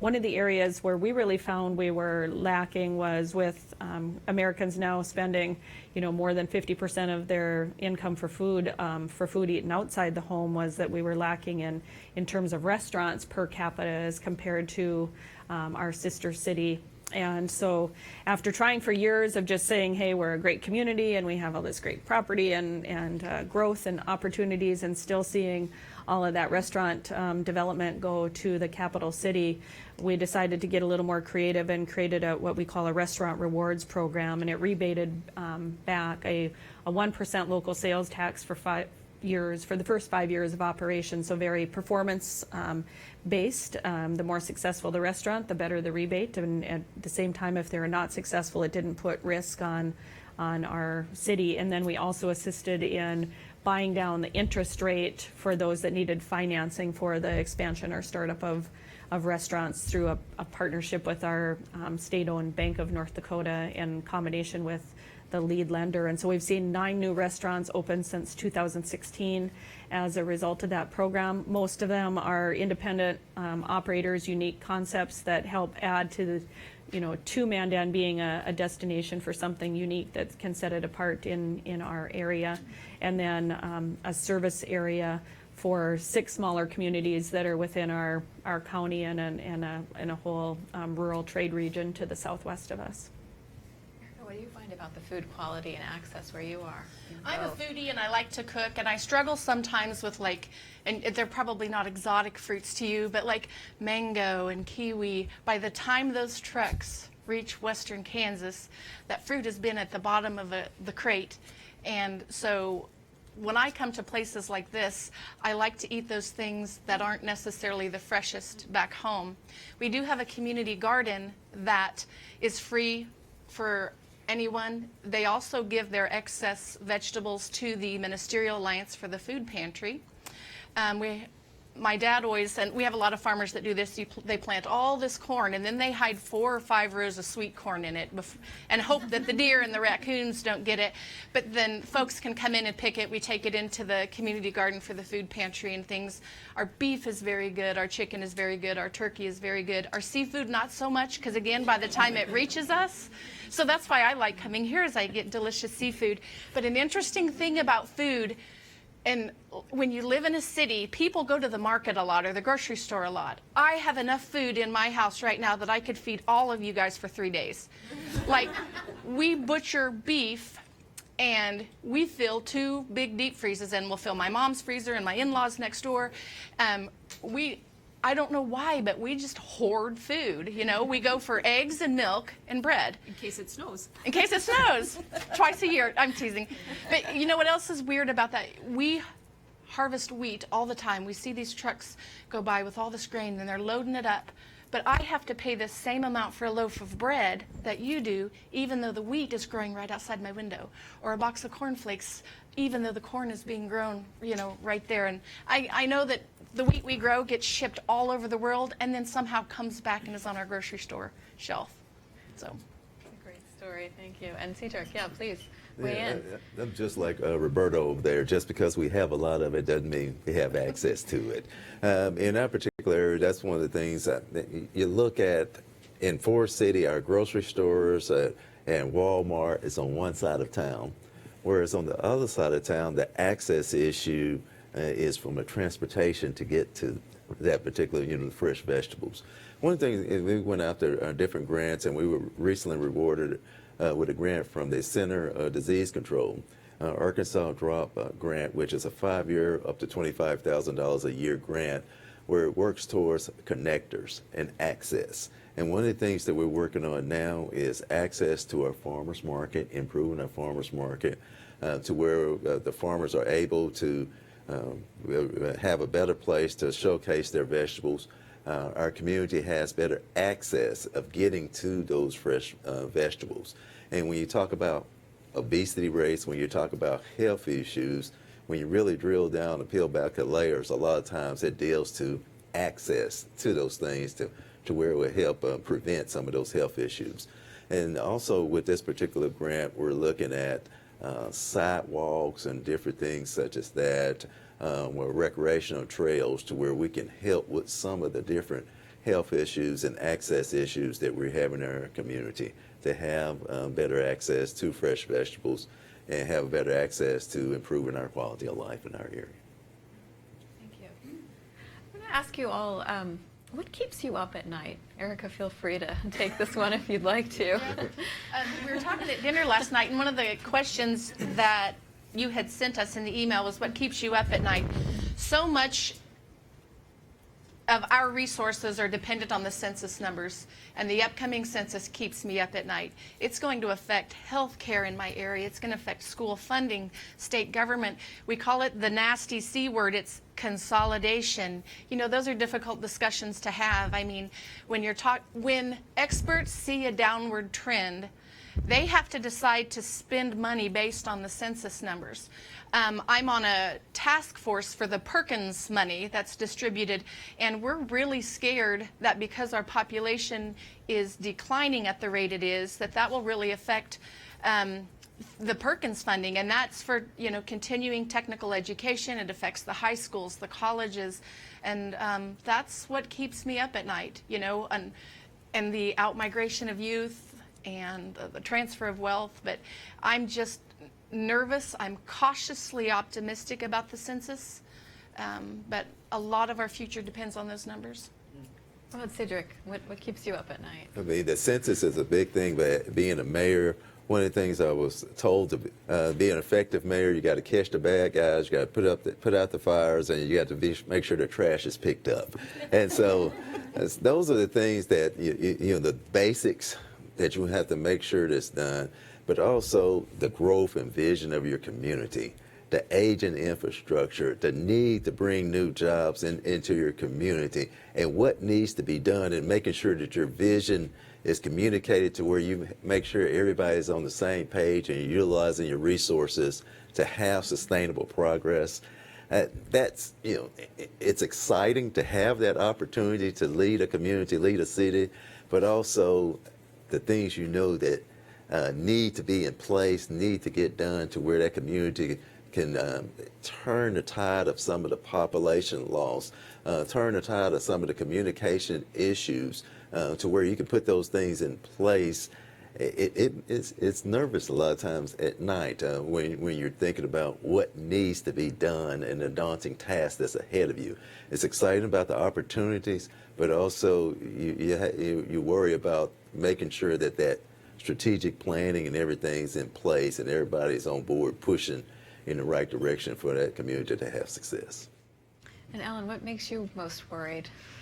Well, I know that our mayor would fully agree with Cedric in terms of meeting those basic service needs, and we would add snow removal to the trash collection and catching the bad guys and putting out the fires. But for what I do personally, I work so very closely with existing businesses on retention and expansion, and then also the startup of new businesses. We just finished our 7th annual Business Startup 101 workshop, and we have an experiment. We offered a business pitch challenge last year and have seen 6 businesses open from 11 entrants. And so we have our 2nd annual competition coming up. But so through all of this, these businesses become, you know, kind of like my own children. And so I worry, you know, every day, every night, every week that it could be 2 steps forward and 1 step back. And we know that not all small businesses succeed, but I take those very personally. And so we're looking for ways to strengthen the alliance and the collaboration between those small business owners to see what can we do as a community to increase awareness of the products and services that we have available, not just for existing residents, but again, because we need to attract workforce, and just ways that we can help everyone succeed.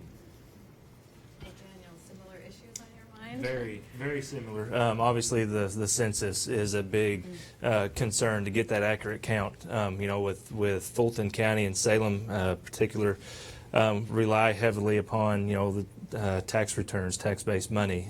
So sales tax return for, the state sales tax is divided up amongst each, municipalities within the state.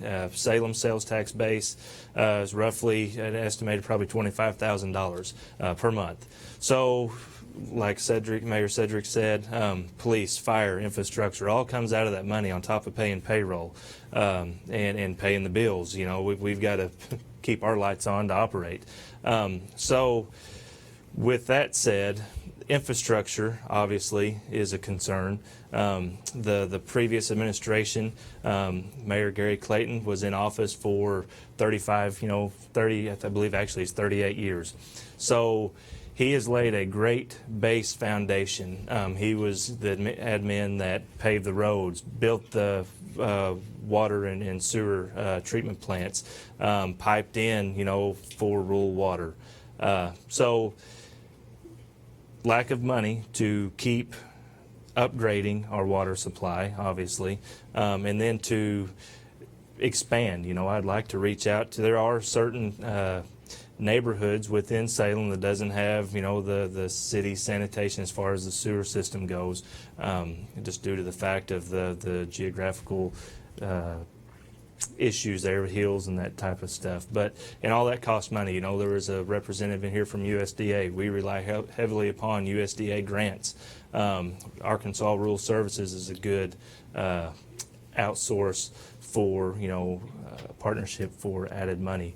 I want to be able to build upon the foundation that the previous mayor has left and progress Salem. We don't need to sit stagnant and just kind of sitting there. We need to get traction, progress. Everybody, I believe in our phone conference, Cedric, you said it best. If everybody takes care of what we can, great things will follow. So I want to create that curb appeal. Salem has, or Fulton County has, 0 interstate that travels through. It's typically a U.S. highway. But with that said, it's connected to the Delta, and then it goes up into northwest Arkansas. So there's commerce, there's traffic flowing through there. But you want that curb appeal to have that motorist or that tourist to stop in at your stores and get a tank of gas. That creates tax revenues. Buy a cheeseburger from Mom and Pop Cafe at the corner. So what keeps me up at night? A lot of stuff. mainly, I want to progress Salem and leave it better than what I had found it as. Thank you so much. And Roberto, how about you? Oh, I sleep through the night. No, the same issues. The census is a big issue, but we're very grateful with the USDA, the Department of Transportation, the Department of Commerce, because it's through them we have received a lot of funding, and we are able to increase our infrastructure, our housing development, or retails or commercial, a lot of the industrial. The Department of Energy, through these grants we have been able to, or the transportation for those windmills has been able to set presence in Garden City and produce more jobs and produce more infrastructure. We actually have right now going a bypass. It's being refurbished and resurfaced. So there's a lot of construction. It's a nuisance. But again, we're very grateful that things are moving forward, and we have received the funds for doing those improvements.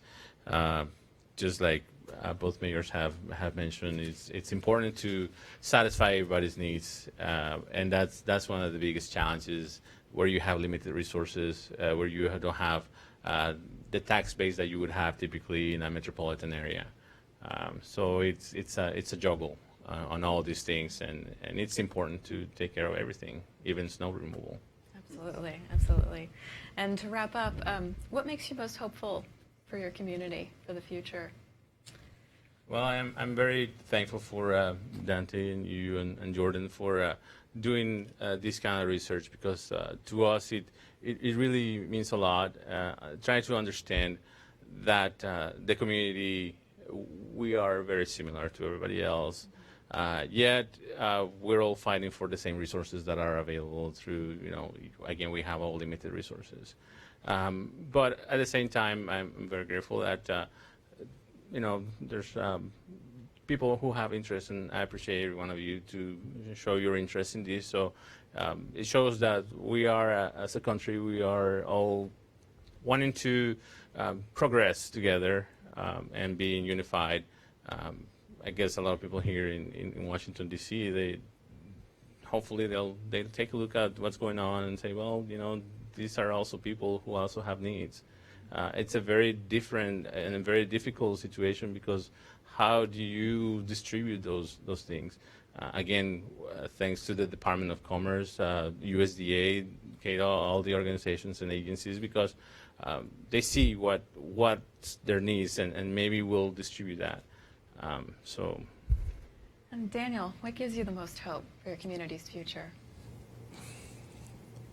There was a gentleman that was asked, he asked a question of students graduating and leaving.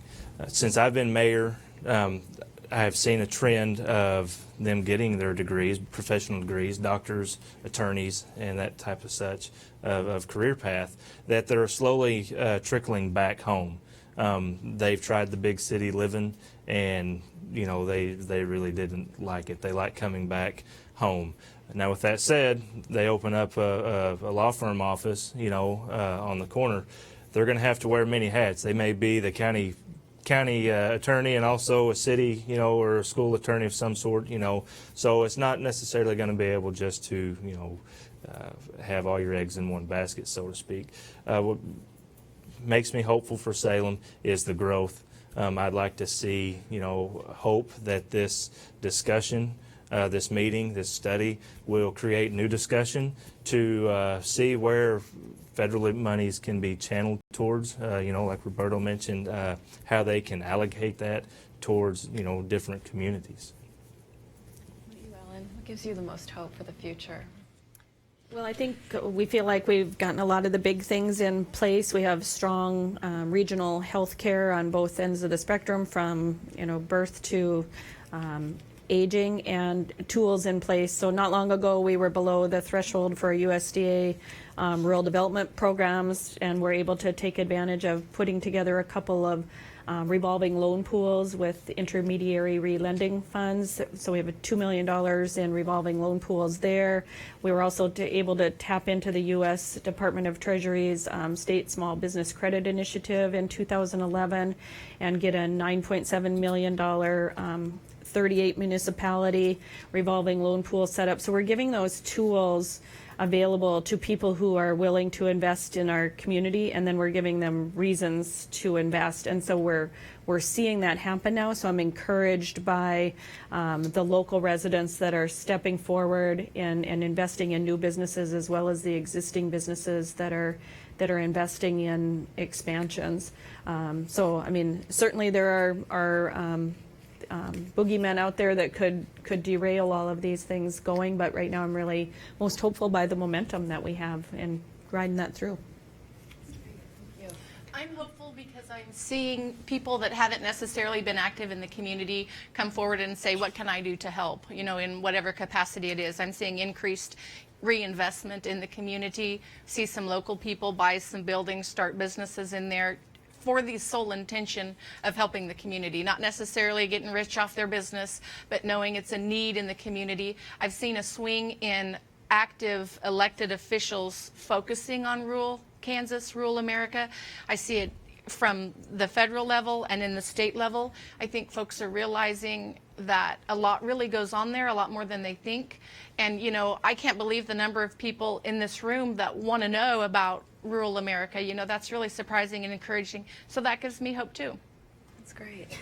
Cedric, what are you most hopeful about? Absolutely. This here really gives me, it's exciting. It really is. And listening to the different opportunities and different obstacles that we have from this group here, it gives me hope that we're not in this boat, just by ourselves. We're in this together, and people are recognizing some of the different obstacles and challenges that we have. In my particular community, I'm very hopeful about the unification efforts, the partnerships that have really started that's focusing on our educational system. That is really going to really work out in a great way for us in the future. Also, I'm very hopeful of our location where we are. We have the ability where we are to have the small town feel, but also we have from our location on the interstate to go after the big fish, the big manufacturing jobs. So we have the ability to do both of that, to make sure that we put the plans in place from a strategic standpoint, that we're doing things the right way and that we have sustainable progress in the future of that. So those are things that really it gives me a lot of hope about what's happening, the great things that are happening in St. Francis County, in Forest City, Arkansas, and the things that we're putting together to tell people, to get our message out about the different things that we're going there. I'm very hopeful that we're located as an opportunity zone. So we're seeing some of those investments back into our area from the larger areas. And as we continue to take advantage of that, there's no telling how far we can go with our community. Thank you all so much for your stories and your insights. I want to open it up to the audience for questions.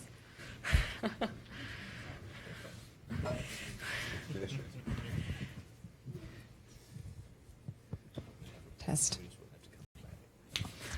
Question for Ellen. You mentioned the North Dakota State Bank, and I think North Dakota is the only state with a state bank, and I wonder what advantage, if any, that has in terms of the rural development in the state. Thank you for that question. I think it's a tremendous hidden secret for us. It comes from some of our maybe socialist roots, now certainly being a very Republican state, but the profits from the Bank of North Dakota are oftentimes reinvested in projects for the good of the state. For example, I've mentioned our challenges in having all these job openings and growth in our state and needing to fill these jobs. And so this past legislative session, our legislators appropriated $6 million in profits from the Bank of North Dakota to be used as a one-to-one match for private sector dollars for a scholarship program as well as a loan forgiveness program for students that have received 2 years of either associate degree or certificate training in high demand career areas. So that's just a creative example of how those profits can be utilized for the good of the state.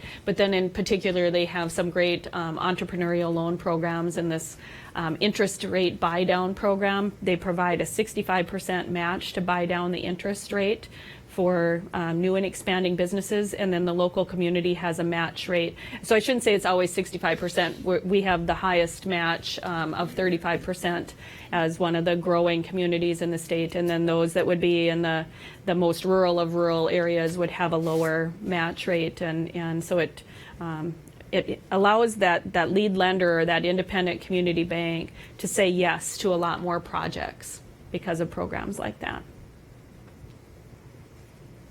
And just as a reminder, if you could state your name and organization before you ask the question, that would be great. Hi, Clifford Deaton with the Community Strategies Group at Aspen Institute. Let's talk specifics about the census. What are your communities doing to make sure that there's an accurate count, since that's a big concern of a lot of folks on the panel? That is a very good question. Yeah. I'll let you go first, Mayor. Thank you, Mayor. It's and we're starting the groundwork. It's very important in rural communities with this census that we choose people to be part of the census community that are recognized in our community. One of the big things about this census, it's not, from what I've been told so far, it's not all the paper census that we were used to 10 years ago. But it's a census where people are going to have the iPads. They're going to expect about 65% of the people to be counted from computers, electronic standpoints. Well, that's a challenge in a lot of our rural communities because they're just now getting some of the broadband. They're just now getting computers from that standpoint.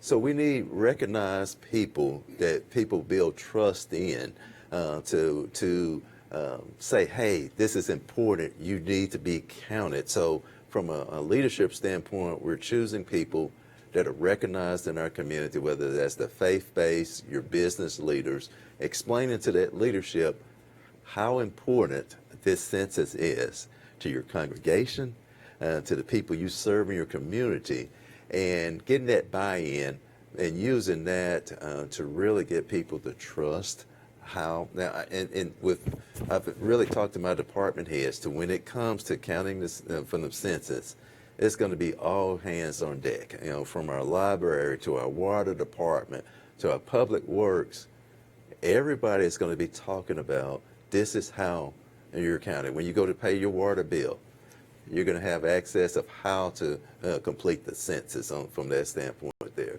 So those are some of the things from rural community we're able to use the term control what we can control to really help from that aspect to show the importance of this census, not only how important it is to our area for city, how important it is to our county, but how important it is to our state, entire state of Arkansas. Some of the data tied with the census is this low to moderate income. And our communities in Kansas, you're only eligible for some commerce grants, some CDBG grants, if your LMI percentage, low to moderate income percentage, is at a certain level. So if all of our people out in Gove County aren't counted in the census, then the income distribution in the county is off. The people who are going to complete and return the census, perhaps they're the ones that make a little more in your county. So your low to moderate income is shifted a little bit too high because these folks didn't return their census. And so on January 1st of 2020, one of the first things I have to do is to challenge the census numbers that are going to come out about the low to moderate income in Gove County, because it's already predicted to be not what I need to apply for those grants, and that's a lot of work. But every time I've done one, those people will respond, and I'll go knock on the doors. I use the local fire department, the law enforcement officers, again, because they're well-known and trusted members of the community, to help me get those LMI numbers. And I haven't had an unsuccessful challenge to the census on the LMI numbers, and I think that's because people don't fill them out, or they're not home, or they, you know. So hopefully the web-based census data capture will be more effective. And I'm on a complete count committee for both our community as well as from a state perspective as one of our Economic Development Association leaders in our state. So I'm interested in hearing all of the ideas here today. But one of the opportunities in our community is we're becoming increasingly diverse. We have our local meat processing plant that's been in our community and family owned for 100 years has been recruiting from Puerto Rico and now more recently Guam. And so we're going to make sure that we work with them to have response forms or iPads, whatever we need right there on site at the place of employment, and translators as needed, and then also working with the school system and our English as second language educators to make sure that we can help show how diverse our community has really become, because our census numbers, we know, don't reflect it. Good morning. We've heard, so in answer, Phoenix County is in a special situation because we got miscounted in 2010. So we're working directly with the U.S. Census Bureau. We received the data, our GIS, and our staff is working with. We identified some areas that were actually, we were miscounting, although we challenged them and all that. It didn't matter. So that was one of the biggest things. The next big thing is that since we are a large minority population, the minority, they don't have a lot of understanding about this census. And a lot of them are even afraid of being counted in it. So we're working with them and identifying, this is a good thing. Like it was mentioned by Erica, all numbers do matter when it comes to doing all these. So there's a lot of misunderstanding in both of these areas, both on the way that the Census Bureau did their distribution. We have fixed those, and also with the population that we have, that they need to understand that it's a good thing. Good morning. My name is Laura McDaniel, and I'm from the National League of Cities. And first, I want to say thank you to the panel for traveling in today. My question for you is about small businesses. You all touched on it a little bit in Ellen's remarks, addressed this the most directly, but I was wondering if you could talk about some of the things that you're doing to support, your small businesses and entrepreneurs and to develop them, and then what sorts of supports you would need to do that better. Because you hear in some communities, like anecdotally, or you read about it, where stores like Dollar General will come in and they will really threaten like mom and pop shops and things like that. So what is it that you all are doing, and what kind of help would you need to do it better?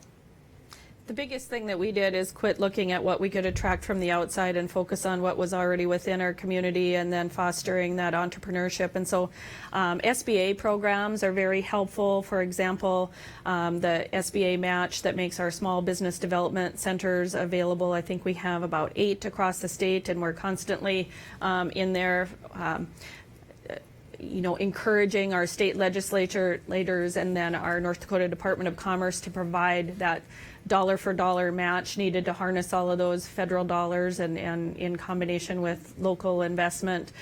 We've got Million Cups program going now with the Kauffman Foundation in Bismarck, which we take advantage of in our area.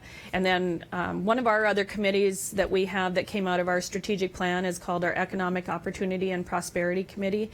And they've been very helpful. A lot of lenders, accountants, real estate agents in identifying where they think there are information gaps in our community and where we have outreach and training opportunities.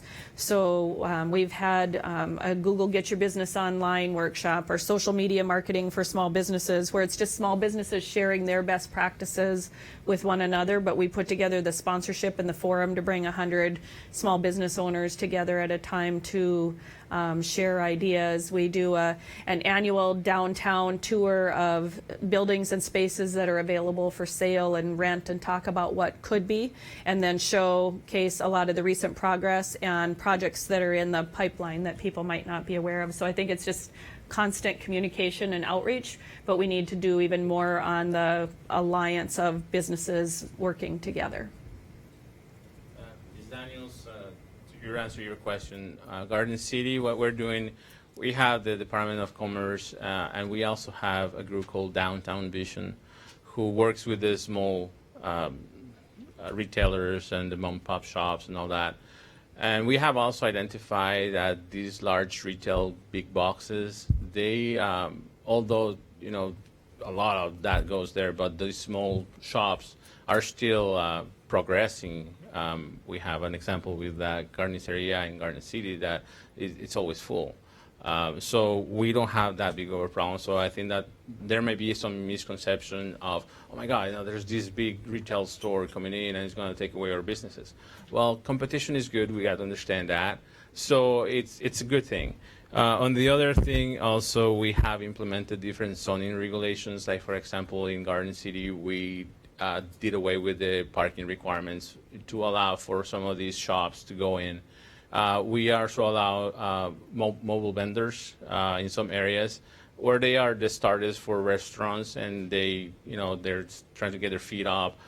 We work with itinerant licenses and reduce their costs for that, so that these new restaurants or wanting to become a restaurant, they can settle in, and we can help them find a spot once they are back on their feet or they're up and going. Within Salem, like you mentioned, retain what we have. That will focus on the potential growth. Someone will see that the community leaders within my area will take care of what's already there in hopes to promote and grow the businesses within the community. That create bridges. That's another key element that will hopefully potentially shed some light on the gaps if there is, misdirection or miscommunication between business owners to community leaders. That's going to hopefully give us an avenue to pursue to hopefully grow more retail stores within our communities. Tag one more thing onto that. It's important from a leadership standpoint from the city that we look local for a lot of our city needs from our small businesses there. So we're showing from a leadership standpoint, we're really supporting our local businesses and their needs from a city standpoint, and that way they see that importance also. Hi, I'm Ben Gadjalori from the Center for American Progress. I just want to thank you guys for coming, and I loved hearing your stories. You talk a lot about the grants and resources that you get. Can you speak to some of the struggles you have with that, and then what could the federal government do better in help facilitating what you do? Well, believe it or not, about 2 years ago, we received a grant for a ball field, a Legion-sized ball field, and some of the community was very prideful. They are like, we don't need a grant for a ball field. We'll all come and we'll plow that and sow those seeds of grass and build those fences. But sometimes when you call in those favors, those folks are busy, or they're in harvest, or their kids have games. So some of the challenges are, if you're eligible for those grants, the community perception is, well, our friends in Hazel think that we're broke. Well, a lot of us are broke. A lot of us don't have a big tax revenue base. So if we can utilize the tax dollars that we're paying in and get them back in the form of grants through Commerce or USDA or the Kansas Housing Resource Corporation, then we really need to do that. When we go lobby in Topeka or whatever your capital city is, your legislators will tell you, if I give you $1, Erica, you show me how you're going to turn it into 5. So some of our challenges are telling our story. Why am I more worthy of this grant than my sister city 60 miles down the road? Sometimes people don't like to talk about your low to moderate income or your low income housing, and we have to do that to get better. I don't have any struggles. I feel like folks are making these programs available to us. We have good communication with our legislators, our Department of Commerce, Department of Transportation, KDHE. They reach out to us and say, we want to help. It's just rolling your sleeves up and getting the work done, because it's a lot of work, as it should be. It shouldn't be easy. And I'll speak to that. My challenge is not the grants, but having the person to spend the time, the resources, to pay that person to spend the time to have access to those particular grants. One of my first things as being elected mayor was to hire a person, and she has the slash of grant writer / human resources. Well, that salary, $35,000, kind of had to, pull teeth to get that approved. But that person has already, within 9 months here, been representative over $500,000 worth of grants for our particular area, and just scratch the surface of that. So, but you had to pull resources from one area to really invest in that particular grant writer. Now, there's so much else out there, from brownfield grants to different things such as that. But as Erica said, it takes time and it takes resources to really go out and pursue those particular things. So from my perspective, the grants are out there, but actually finding the dedicated time and the dedicated resources to compensate someone to do that is one of the big challenges that I'm facing. I think that's all the time we have for questions right now. We can come back, and take them at the end, possibly. But thank you all. We'll be back in about 10 minutes.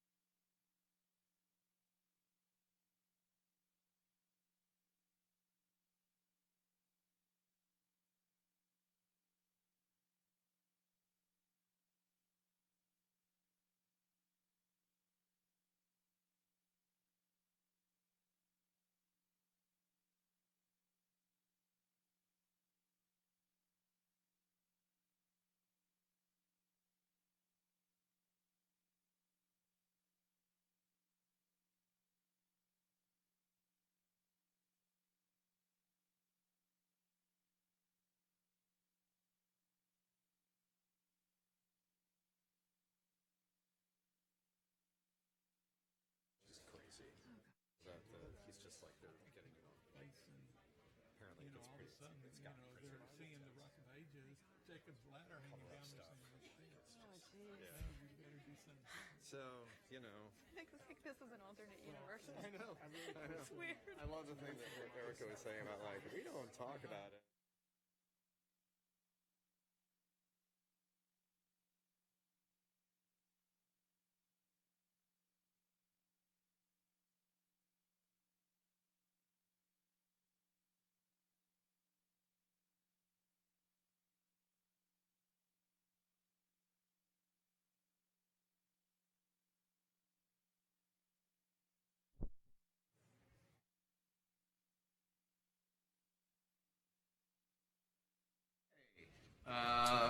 Welcome back.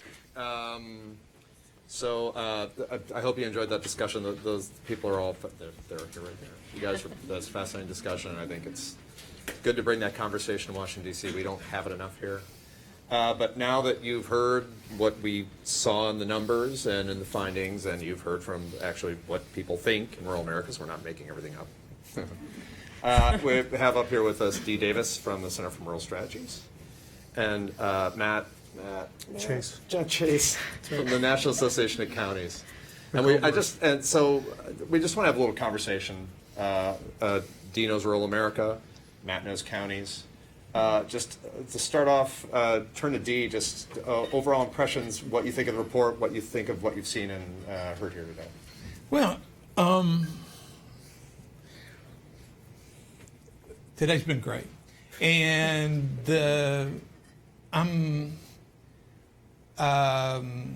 so much of what the report is echoes kind of reasoning behind our getting started in 2001, what we were thinking, what we were facing. We were going around different parts of rural America to look at technology or to help people figure out how to get their story out about community development. And looming over the rural America was the narrative. What were the stereotypes? Everybody's a farmer, everybody's a hillbilly, everybody's a redneck. It was like all these stories, and we wanted to clear this up by getting an accurate picture. But we also wanted there to be some story about that everybody, that there was a connection. Where I was just thinking of looking at all those different rurals. There was we were filming down in South Texas, and they were telling the story about the 30s, and there was a time when there had been several years of just terrible blizzards and winter storms. And so the realtors in South Texas, trying to get rid of this land, will put trains out there and bring in Midwestern farmers. And so one delegation came down from Illinois, and they were there in Carrizo Springs, Texas, and they were selling this cheap land. And one farmer said, "Now wait a second. What happens if I come and buy all this land and then I find out it's snowing down here just like back home?" Realtor said, "Don't believe me." He says, "Let's just ask this little boy." He said, "Come over here, son." And the boy came over and said, "How long you lived in Carrizo Springs?" He said, "All my life, sir." "How old are you?" "I'm 11-year-old. Now tell me, have you ever seen it snow in Carrizo Springs?" He said, "No, sir, I ain't. I seen it rain once."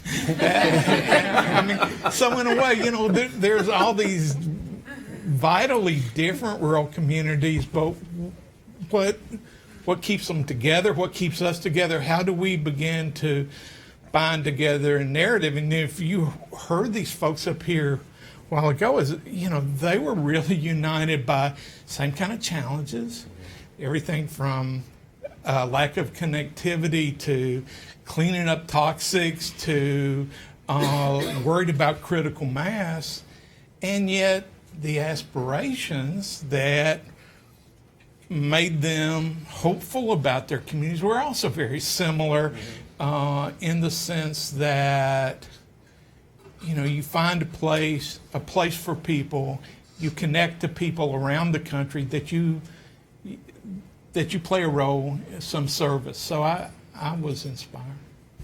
Happy to hear. Great. Well, thank you, and thank you, Dante and Ari. This is a great report. I'm actually a product of rural America. I actually worked on rural economic development, running another trade association for nearly 20 years, and have worked all over Appalachia, the Delta, Native American communities, and others. And I think this is the best report I've seen, and it's really concise, it's powerful, and thank you to the American Community Project and to Robert Wood Johnson, who, in my opinion, is one of the very few national foundations that really understands rural America. When I transitioned from my previous job to NACO, I was struck that Robert Wood Johnson didn't want us to just focus on our urban communities, that they really empowered us to work on the rural areas. And so I really thank them for that, because one of the biggest challenges is if you look at our major national foundations, they invest less than 1% of their resources in rural America. And that is a huge public policy challenge. For our counties, just to think about it, we have 3,069 counties. 50% of the American population now lives in 140 counties, meaning the other 50% live in 2,900. And then when you dig into those non-mega metropolitan counties, you find that we have 380 counties that are below 5,000 population. Those are really different than, say, a more micropolitan rural community. So there's different types, and I think your report really does that well. Since we're in DC, I just wanted to lay some groundwork for federal policy and how it relates to this report. You know, one, I've been working on rural policy since the '96 Farm Bill, and what I've found is when one party dominates either urban or rural, it's a problem.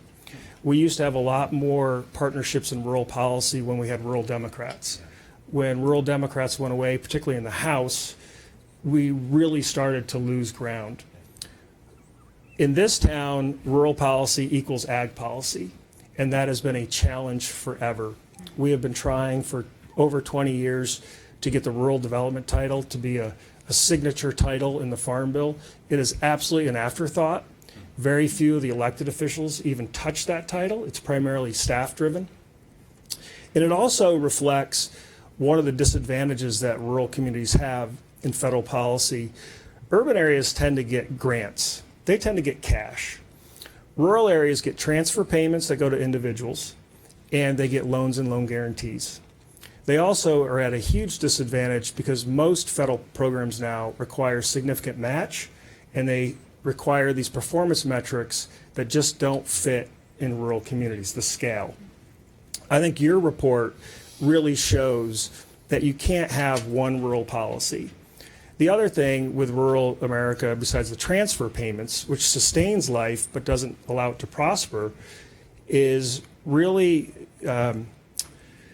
this concept of the federal government will work with the big urban areas directly, but rural areas have to go through the states.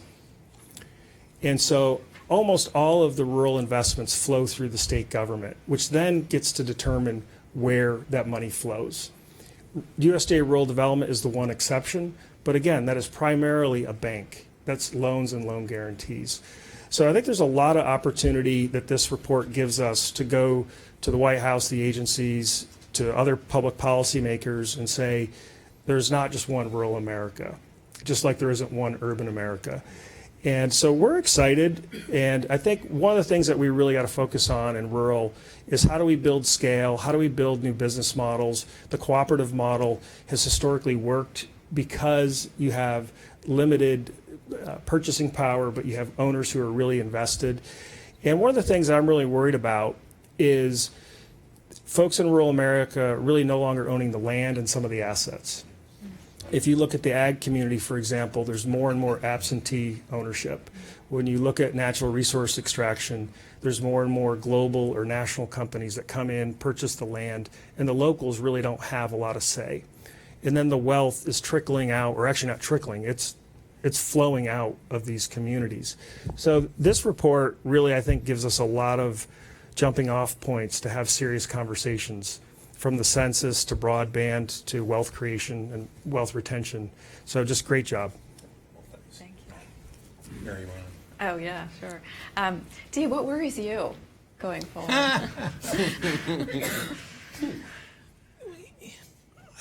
I tend to be optimistic.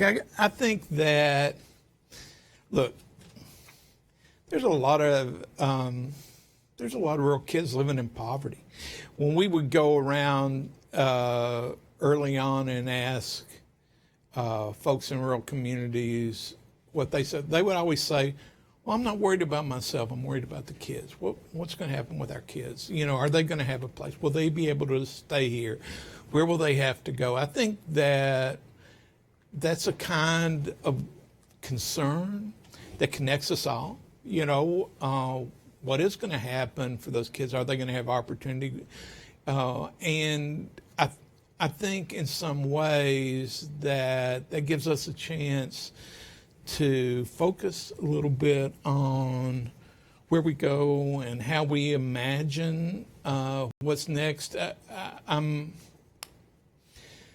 often thinking about, you know, we have these issues of the moment, right? We want to build a site for an industry in our community, you know, or we want to bring in affordable broadband, and so we concentrate on that moment, and we move heaven and hell to make sure that it happens, and sometimes we miss the essential value. I don't know, I should tell another story, but there's this story about a guy at the border, and the border guard knows he's smuggling something, but one day he shows up with a wheelbarrow full of topsoil, and the next day it's a wheelbarrow full of sand, and the next day it's a wheelbarrow full of logs, and he's looking through it and poking. He can never figure out what he's smuggling, and it turns out he's smuggling wheelbarrows. You know, and in some ways, you know, it's like, if you think of those skills that those people in this panel before had, what they have had to do creatively to make sure they have health care in their communities, to work on farm-to-table issues, to create a unity vision for a town, it's like, what's our value? Our wheelbarrow is all these people who can figure out how to create those solutions. That's really what's going to make a difference in these communities. And maybe we'll get the broadband, or maybe the plan will go to another town. But what we can build a future on is these people who are committed to making our towns work. Is there, for either of you, because it's interesting for you in particular, you're the Center for Rural Strategy, so rural is one thing in some ways, and talking about the commonalities, I mean, what do you think about, like, dividing up rural America this way? I mean, I'm just curious. Yeah, I'm not trying to start a fight. No, it's,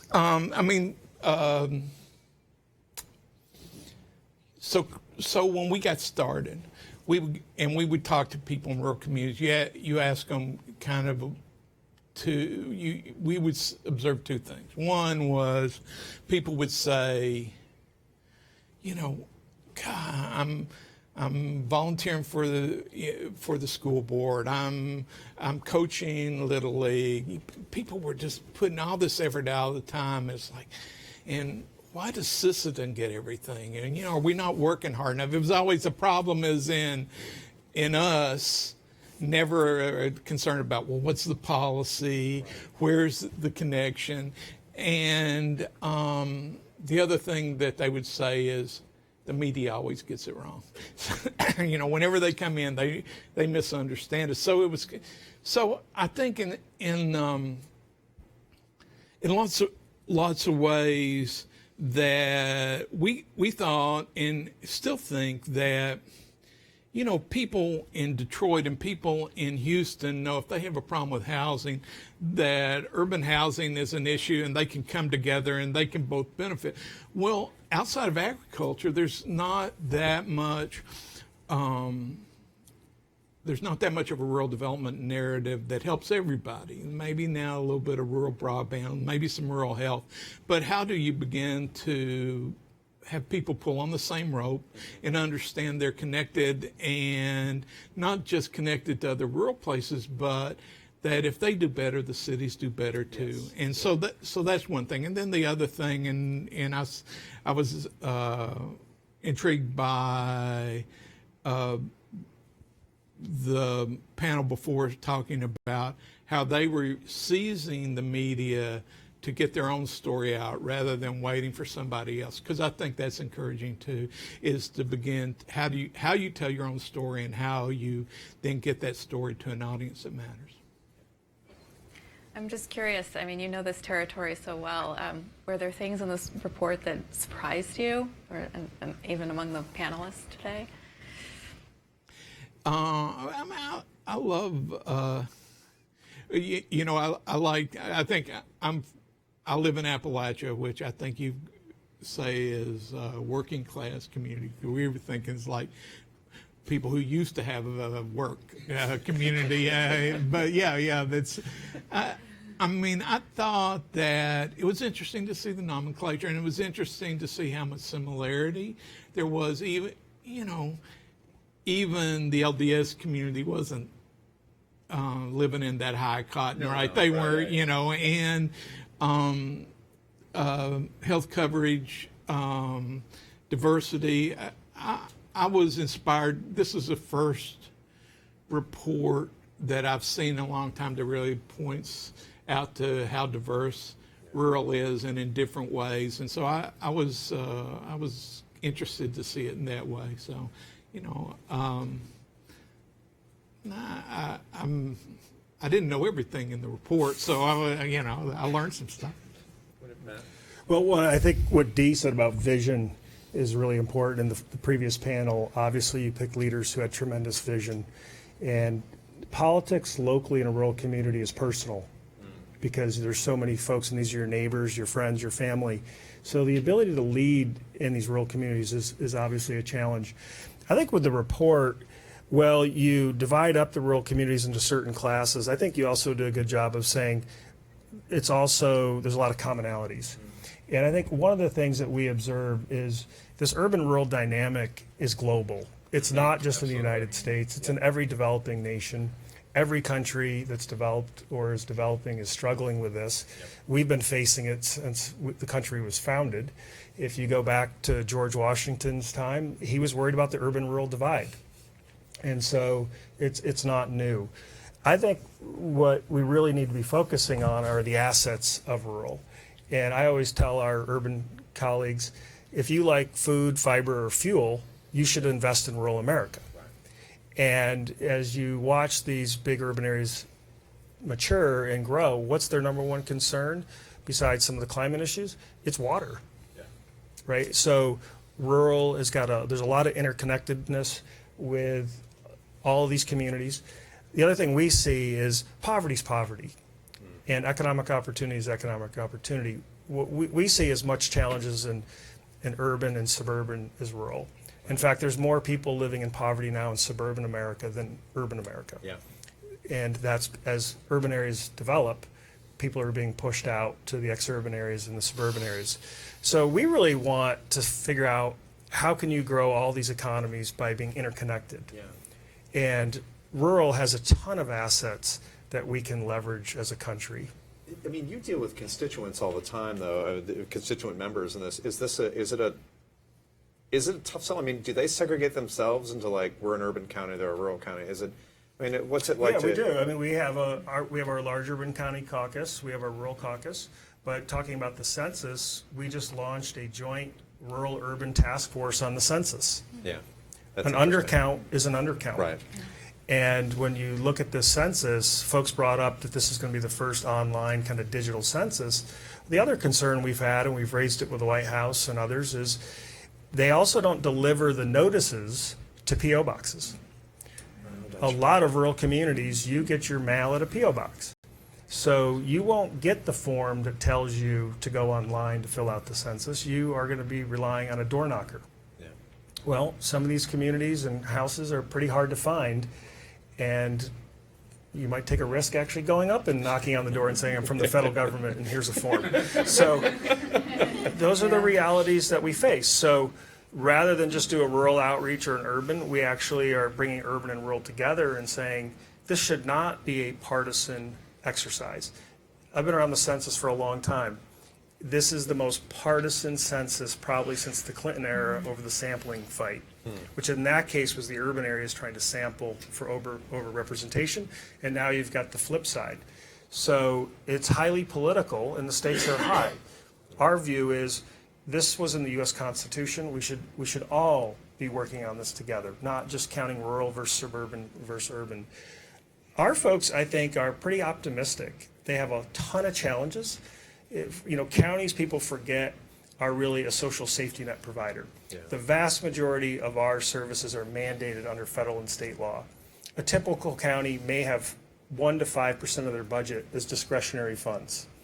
We are one of the largest healthcare providers in this country. Counties own 1,000 hospitals, 600 nursing homes.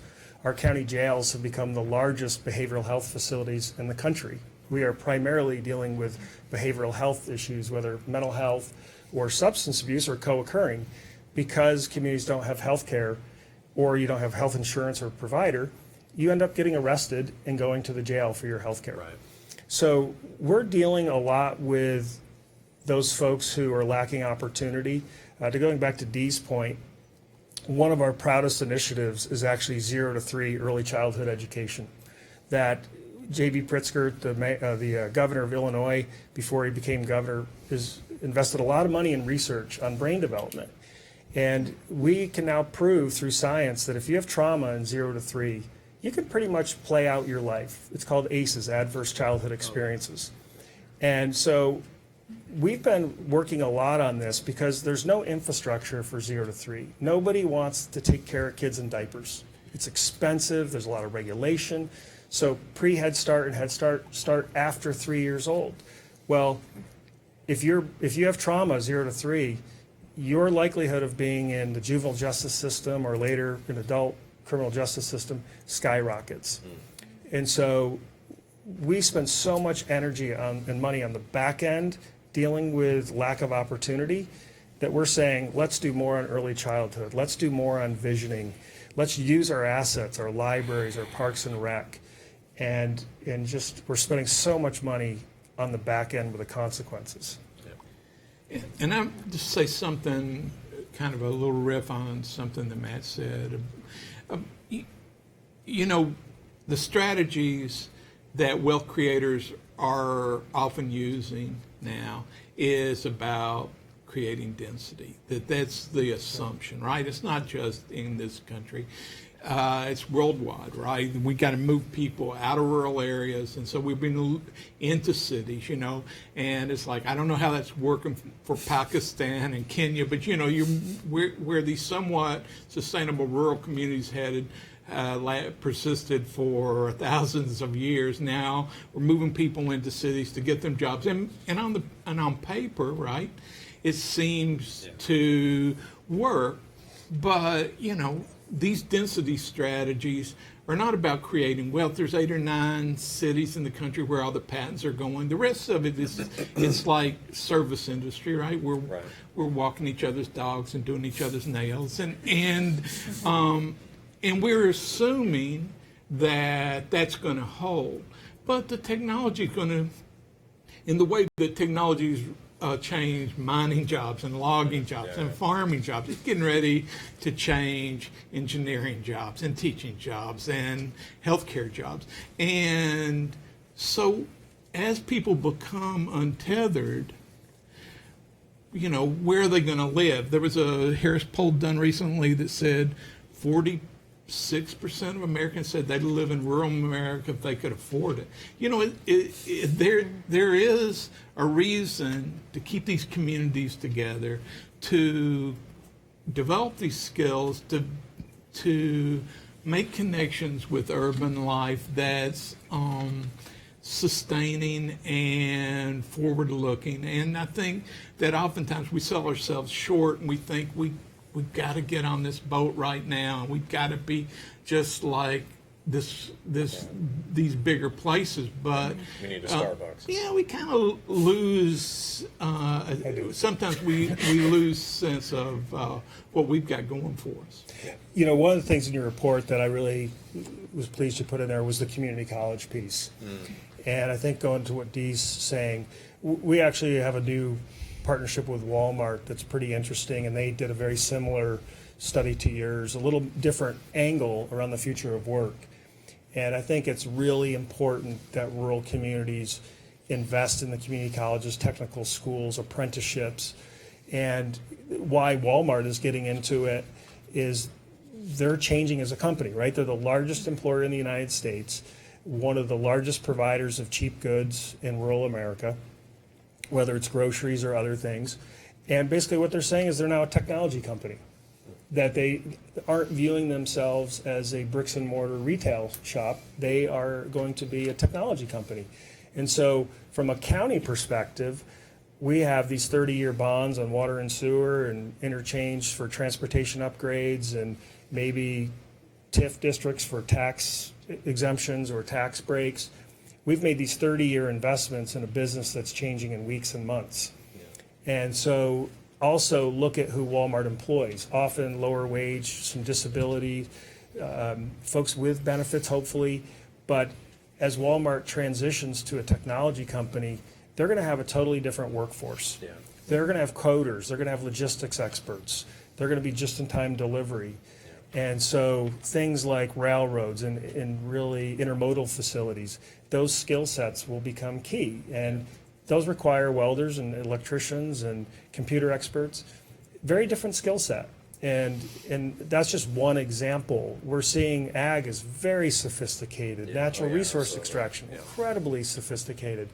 So I love the fact that you really hone in on the community colleges, because a lot of these jobs aren't 4-year. In fact, the companies tell us, we want folks with enough life skills, enough education, but we want to train them in our corporate way. Yep. And so a PhD, no offense, you know how to do your way, and they want folks that are flexible, soft people skills, and can adapt to new businesses. Do you see other companies with that forward-looking vision? Oh, I absolutely think so. There's a whole, they have to, right? Yeah. So they're in global markets, they're being disrupted, and so they adapt or survive. And going back to Dee's comment on vision, as an association, what we drive into our members is there's no such thing as status quo. Nature abhors a vacuum, and you have to adapt. If you're, look at Detroit, Buffalo, New York, they were big, successful. I'm a product of Rochester, New York. Family was in Eastman Kodak. Doesn't exist, right? They were so big, they had their own hospital. Now, they really don't even exist. So you have to adapt, and I think that's the key. Going back to federal policy, the challenge is there really isn't capacity building in rural communities. You do have things like ag extension, and you have a couple other programs. I worked in economic development. The federal government provides $50,000 a year, $70,000 maybe now, to multi-county regions to do their economic development strategies. Really? $70,000 a year to do grant writing, your strategic planning, your data analysis, a half a FTE or something. And so if we want folks to think about the future, how are we going to invest in them to do that? I think is really key. And, Eastman was the largest employer in Tennessee too. Eastman Chemical, and so, but now there are more people working in nonprofit than in manufacturing. The country is changing. The one thing that rural communities that are keeping rural communities between the ditches right now is health care. Is absolutely taking care of each other. So sometimes when we think about what sustains a community, we overlook taking care of each other. It's the number one employer in almost all these communities we look at, in all 9 communities. You'll see it in the report. And then I'd love to have some quick questions if we could. Is people working educational services, health services, social services. These are the number one employer in all 9 communities we looked at. It's tied in aging farmlands. Agriculture is tied, but it's tops in every one of them. So, and those are all wealth shuffling. That's not wealth generation. That's true. That's just a circulating economy. I think one of the coolest projects, and it struggled, is in Sacramento. There's an urban rural project called RUX, urban rural. And years ago, they actually looked at all their land use patterns across the Sacramento metropolitan area, including the rural. And a lot of it was a land use exercise. But the study found the only folks in the Sacramento metro area who generate new wealth are the farmers.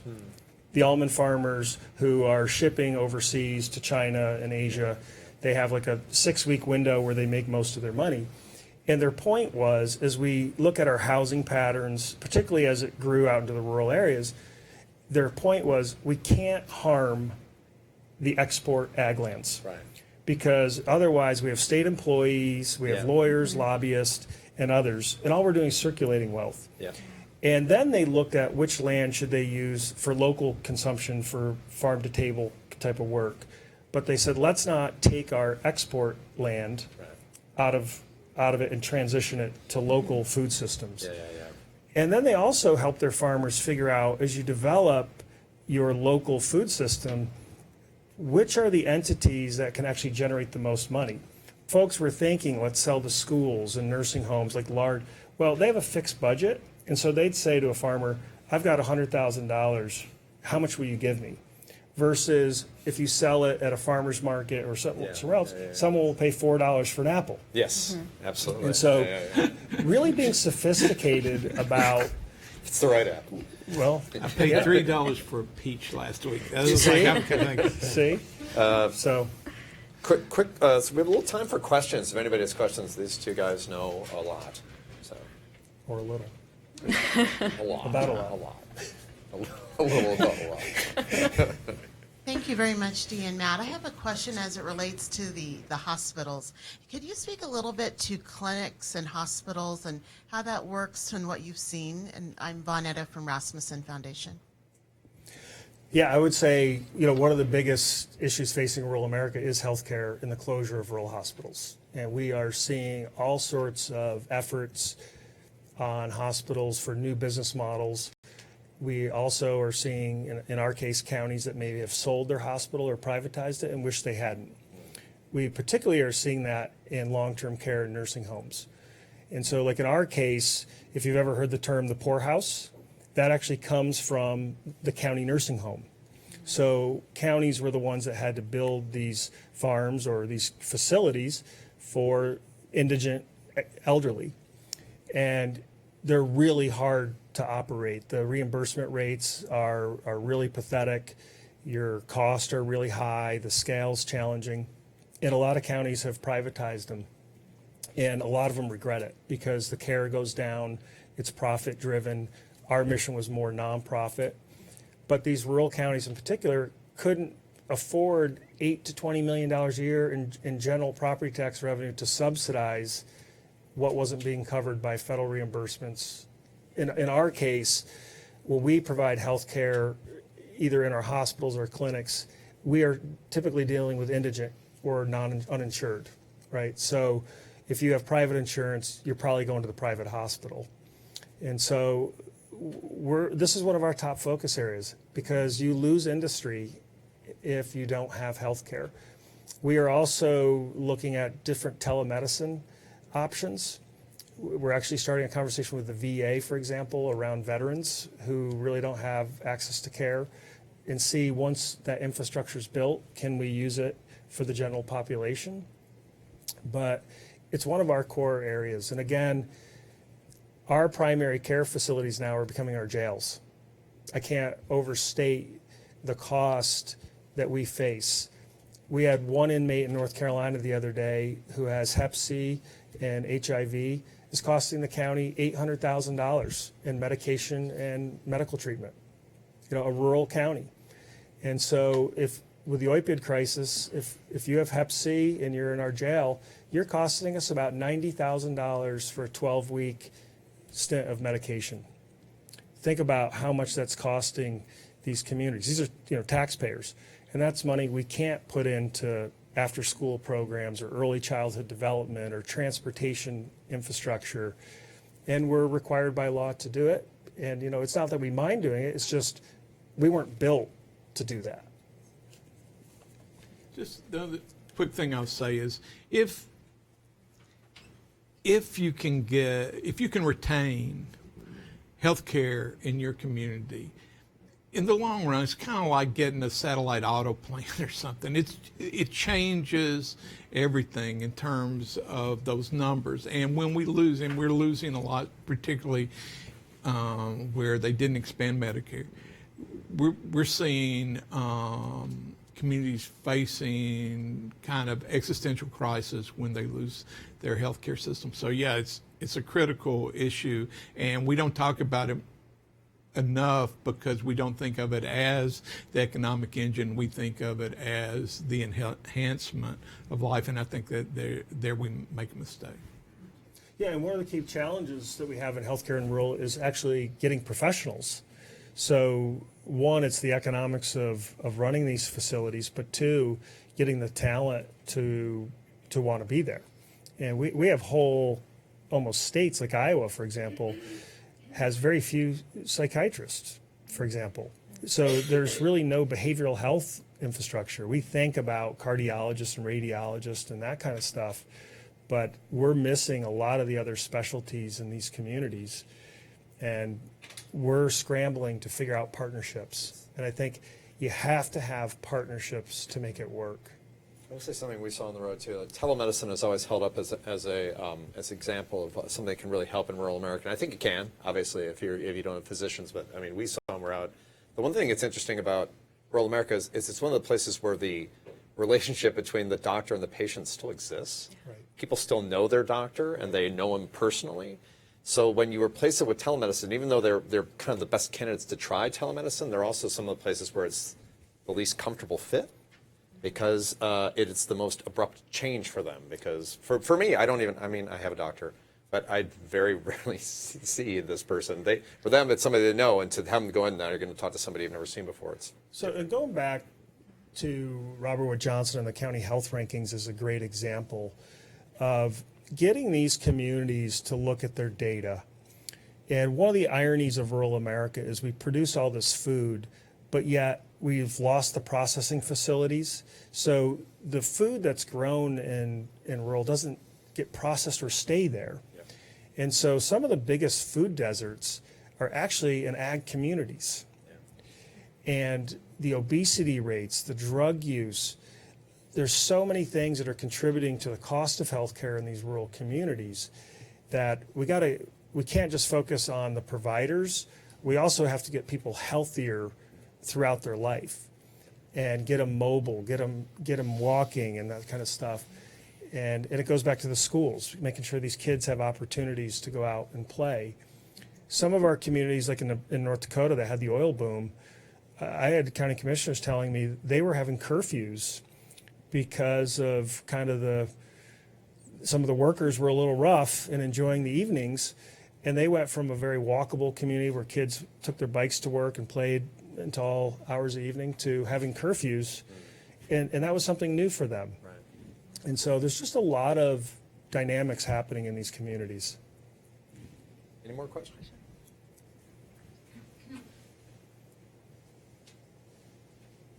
Hi, I'm Catherine, and I'm from the Health Resources and Services Administration's Federal Office of Rural Health Policy. This is more of a comment rather than a question. I just wanted to make the audience aware of the grants that we administer through our office. We have community grants that are targeted to community-based organizations. We also have grants that are targeted to states. These grants focus on pretty much anything. It's non-categorical, so around health. So it can focus on ag, mental health. It can focus on nutrition, as long as they are pretty much in a rural area per our definition, which I believe this report is based on HRSA's rural definition.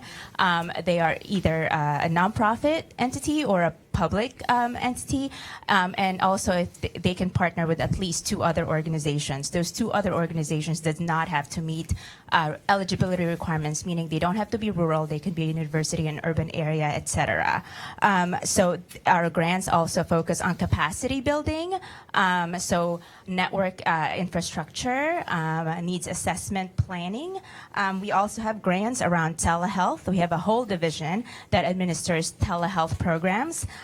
We also fund state offices of rural health. So if you are not aware, each state pretty much has a state office of rural health. Like small states, Rhode Island is like, rolled into New York. But pretty much they are the eyes and ears from a state perspective. So if you are not local from here, but I would suggest that you connect with your state office of rural health.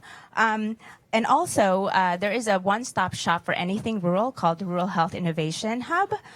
So in that, we have a bunch of resources that not only showcases evidence-based models and practices in rural communities, projects that we've funded and not funded that have been conducted in rural communities, as well as innovative models. There's also an economic impact tool where it's kind of a plug-and-chug type tool where any community can put in their information. At the end, it'll spit out for every dollar you have your economic impact is, say, $1.50. And that kind of alludes to wages earned, jobs created within the community.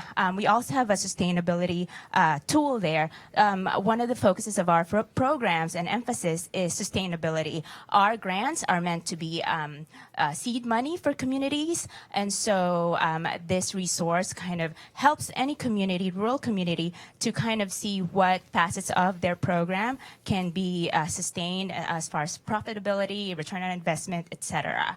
And also, someone mentioned about the challenge of grant writing.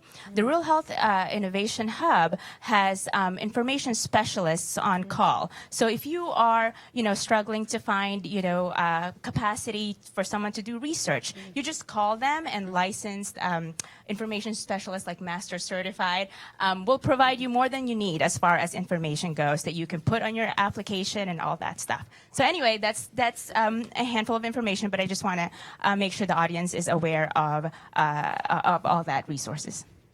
That's a lot. That's good. Thank you. And I guess if there's nothing Matt else. wanted to. I want to end by just thanking you. I also wanted to point out Taryn Zamuda, who's from our team here, manages this great project we have called the County Explorer. And if you're ever looking for data, so you have a lot of the high-level data, but we built this website with over 600 data indicators about rural.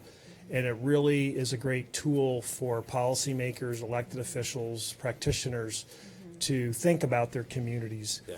And it's like the county health rankings with Robert Wood Johnson, the County Explorer. There's just a lot of great tools out there. They're helpful in local decision making. There's a lot of great data on there as you're doing grant writing to actually strengthen some of your proposals. And we're doing more and more trend analysis that shows these communities aren't static. And they do really ebb and flow.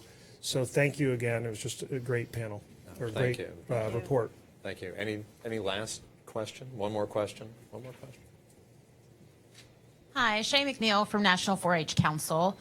So as I mentioned before, the grant that I manage is Well Connected Communities, and we are working with local county cooperative extension agents to engage local community coalitions with a focus on health equity.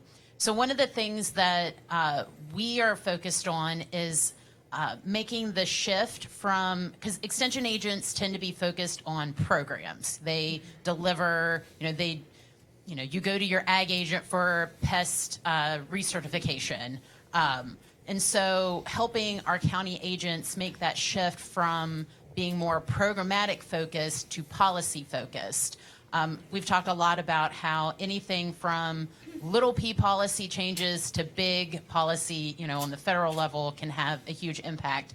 Do either of you have recommendations of how we can talk not only with our cooperative extension agents, but also help our cooperative extension agents talk about small policy changes that they can make in their community that can have a large impact? Yeah, I think one is to engage in North Carolina. National or 4-H actually has a great partnership, for example, with our State Association of County Commissioners. They actually bring in one kid per county, 100 kids, to participate in their state legislative conference every year. And the kids actually shadow the county commissioners. And they also have to go through an exercise where their county commissioner has to balance a budget, for example. They have all these citizens come to them with competing demands, and they got to figure out how to balance a budget, how to set policy, how to really deal with this. I think, one, I was just down there with them, and it was exceptional to see the future leadership of these rural communities. But I think with the agents themselves, it's a struggle because their funding keeps getting cut from the federal government. They kind of chase the newest shiny object. And I think it goes back to having sound public policy that allows extension to exist as generalist. And we really need that. So we really need to continue to lobby Congress and USDA to say, rural needs experts, but we also need folks who are experts in leadership development and how do you bring coalition building, those kind of things. And that's what a lot of these urban communities have. They have that glue. And rural, we just don't have that luxury. And so I think just telling Ag Extension to keep engaged and to figure out that narrative of why visioning and planning and leadership matters. Yeah, I've just co-signed that. I mean, policy follows perception. If people understand that this county, this region is worth the effort, worth the candle, worth fighting for, then you have a venue where those ideas for change are received. And if they're pessimistic, then it's going to be harder. So it's important to be able to articulate why life in these communities is worth the fight, and then solutions that work. And I think that's a great way to tie this up. I want to thank you both for being here, and thank all the people from our communities and all you for showing up. Thank you all for coming. Thanks. Thank you. That was great, guys.